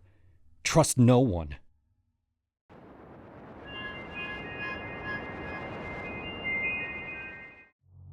I joined a local gaming group because I thought it would be fun and an easy way to meet people. I wasn't much of a gamer, but I just needed some friends. I was new in town and finding it hard to put myself out there. It seemed fun at first. There were 3 other guys in the group, and they were all super friendly. Lance, the game master, really took me under his wing. He was patient with me when I made mistakes, and he helped me learn all the complicated rules. It was a role-playing game, where we all built personas and went on mini adventures. Fantasy stuff. I won't go into details. Anyway, I was with that group for a couple weeks before I realized that they were way more into it than I was. It felt a little culty. And one night, whenever I canceled last minute to catch up on some work, the group literally came to my house and forced me to play right in my living room. I couldn't say no. I tried to quit multiple times after that, but Lance wouldn't let me. He said that my character was integral to their quest, but the real reason was that he didn't want to lose control over me. Slowly, this game took over my life. Lance increased our meetings to almost every day, and no one could leave until we achieved whatever made-up objectives he made for us. Most of the time, we spent all night playing. None of the other players had full-time jobs like I did, so they could only sleep during the daytime. And with my schedule, I could barely function. I think Lance wanted me to be sleep-deprived. I was more controllable that way. Eventually, I just gave in. It was like Stockholm Syndrome. I started to get obsessed with the game, as everyone else. Once that happened, Lance started something called an outreach program. We need more members, and it's up to you to find them. Don't disappoint me. Because I have zero social life outside the group, I struggled to do it. I'd lost the ability to have a normal conversation. I went to a couple bars to recruit, but everyone avoided me. Of course they did. I sounded like a psychopath, babbling on about hit points and made-up creatures. Somehow, all the other members managed to recruit someone. Our group was now at 7, and since I was the only member who failed on my mission, Lance made me buy new player figurines for all the members. I agreed because I was brainwashed, but those things were at least $500 each. I didn't have that much money.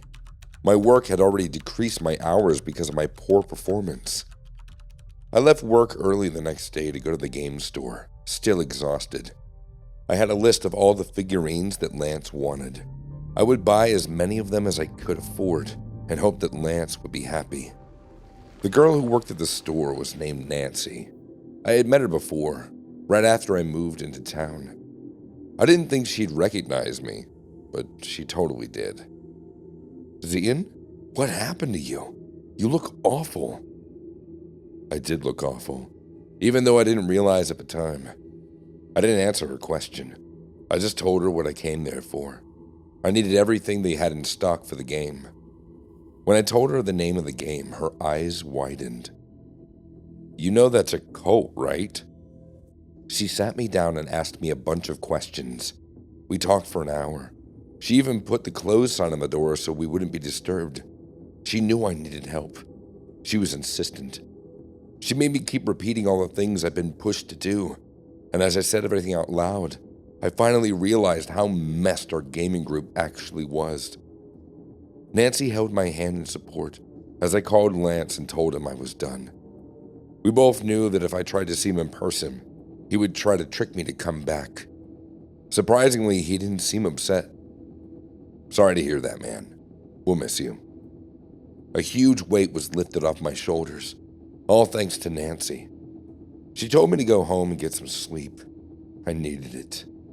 She would call me the next day, and she made it seem like she was interested, like she wanted to see me again.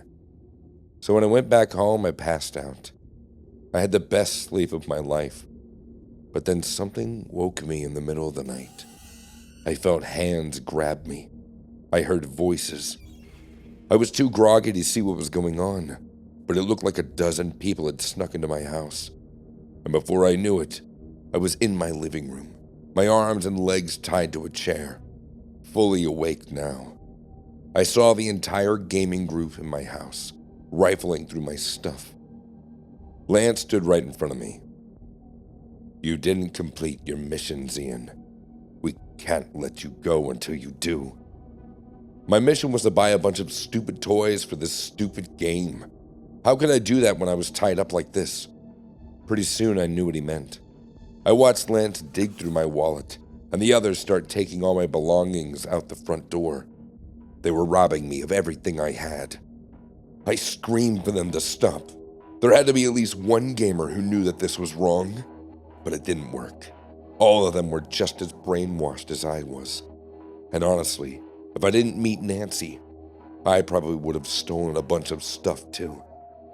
Lance got on my laptop and asked for all of my banking information. He was going to special order all of the deluxe figurines. When I didn't tell him, he slapped me until I gave in. I was tied up for an entire day. No food, no water. And once all my belongings were cleared out, everyone left. But Lance didn't. He stayed behind to make sure I wasn't hiding anything from him. I was dizzy, dehydrated, and so angry, but too weak to free myself. Then there was a knock at the door. It wasn't the gaming group's secret knock, just a normal one. My heart raced. Someone was here to help me. Lance shoved duct tape over my mouth and dragged me into the side of the room. Then he opened the door just a little. "What the hell did you do to him?" It was Nancy, and for a second, I was scared for her safety. Lance was capable of anything, and if he could control a dozen men, she stood no chance. But I was very wrong. Nancy pushed the door open and punched Lance right in the nose before he could do anything. Knocked him out cold. Then she ran towards me and tore off the duct tape. "That's the guy you're afraid of?" With Lance bleeding and moaning on the floor, looking so pathetic and weak, we called the police. The gaming group was over, and I haven't played any games since.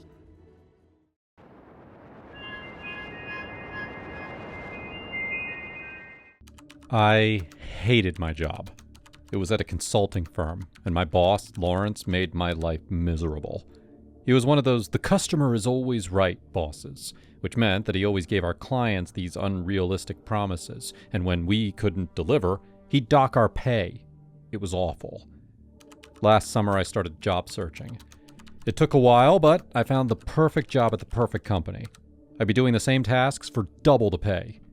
More importantly, the company promised that I'd never work overtime and they'd never dock my pay. The company itself had a stellar reputation, especially compared to where I currently worked. I did a couple of Zoom calls with my future bosses and they liked me a lot. They told me that the job was mine as long as I came to their office for an in-person interview. It was just a formality. I cannot tell you how excited I was. I went straight to Lawrence's office and handed him my letter of resignation. He took one look at it and smirked at me. God, I hated him. "You enlist a reason for leaving. Is it because you finally realized that you're not good at your job?" He only said that to goad me. He knew that this was his last chance to make my life miserable. Well, I wasn't going to take it anymore. I silently walked toward his door and pushed it open so that everyone on the floor could hear me, and then I walked back to his table. "You make impossible promises to clients just to look good, and then you blame us when we can't meet them. You dock our pay for your screw-ups. You humiliate people in meetings. You act like a dictator instead of a leader. I've worked late nights fixing your mistakes. I've watched good people quit because of you. You've turned this company into a toxic pit, and we all know it. If the CEO had any idea what really goes on here, you'd be out the door." "Are you finished?"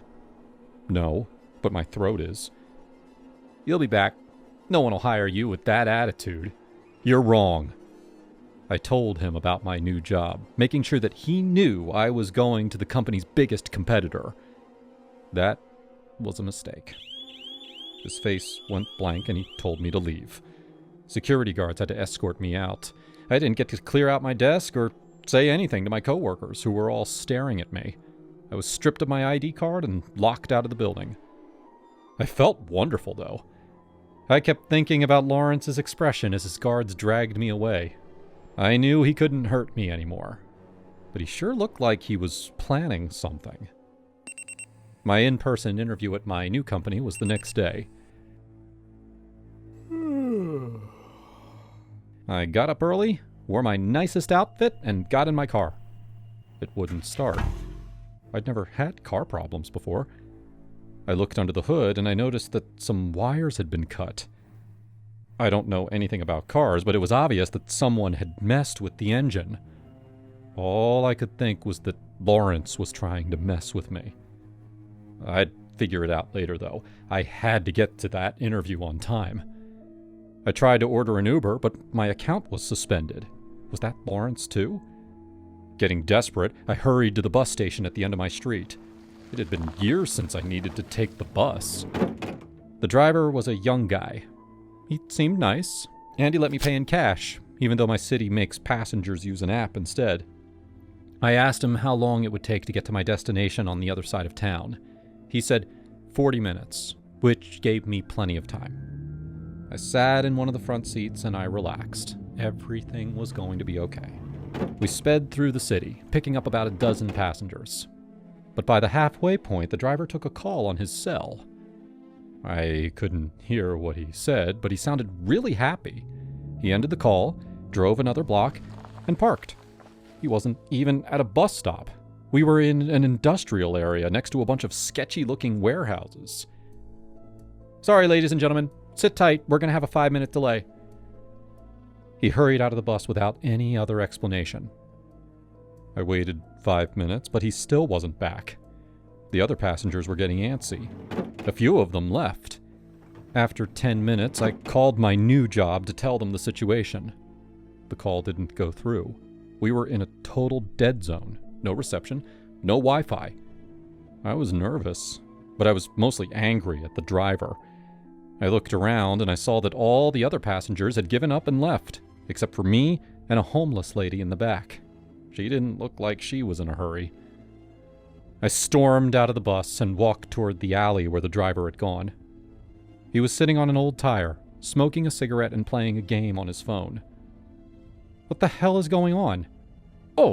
Sorry, just 15 more minutes. Smoke break. I controlled my anger as much as I could, and I demanded that he get back on the bus. He checked the time on his phone, shrugged, and then slowly walked back. I was seething in my seat as he continued the drive. I could tell that he was going slower than before. I wasn't sure, but I think he was taking extra turns, too. It was like we were driving in circles, always in the industrial area. I kept checking my phone, but we were still in the dead zone. Finally, he got onto a main road. But instead of continuing, he pulled into a gas station. Sorry again, just give me a couple minutes. I finally got reception again.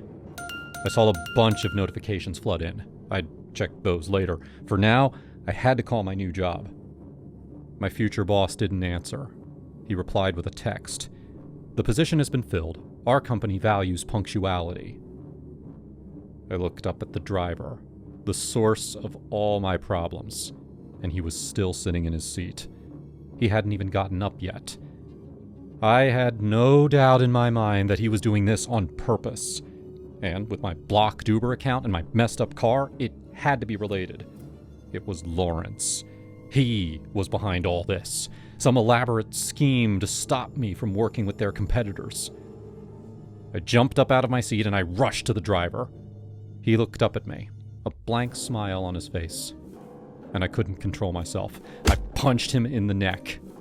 He was too surprised to block me. "Why are you doing this?"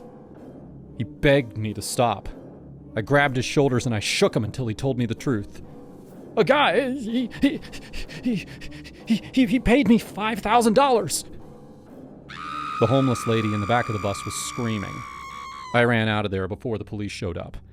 I ended up hiding out behind the gas station, wondering what I was going to do. I didn't have a job. My ex-boss was sabotaging my life. I just punched a stranger, which was definitely a crime. After catching my breath, I pulled out my phone. More notifications were coming in. A lot more. Dude, you're famous! You're my hero. I read through a flood of messages from literally everyone I knew. Once I realized my situation, my hope came back, and I finally understood why Lawrence had gone to such lengths to sabotage me. One of my ex-coworkers had filmed my little freakout yesterday, and it had gone viral. Without realizing it, I had exposed all of Lawrence's cruel, unethical, and often illegal actions at my old company. The video was everywhere, and tons of other employees were vouching for me. I spent an hour reading through all the comments, until I noticed an email from the CEO of the company. He wanted to meet with me personally. This all happened 2 months ago. My new job didn't work out, but I'm back at my old company again. I have Lawrence's job.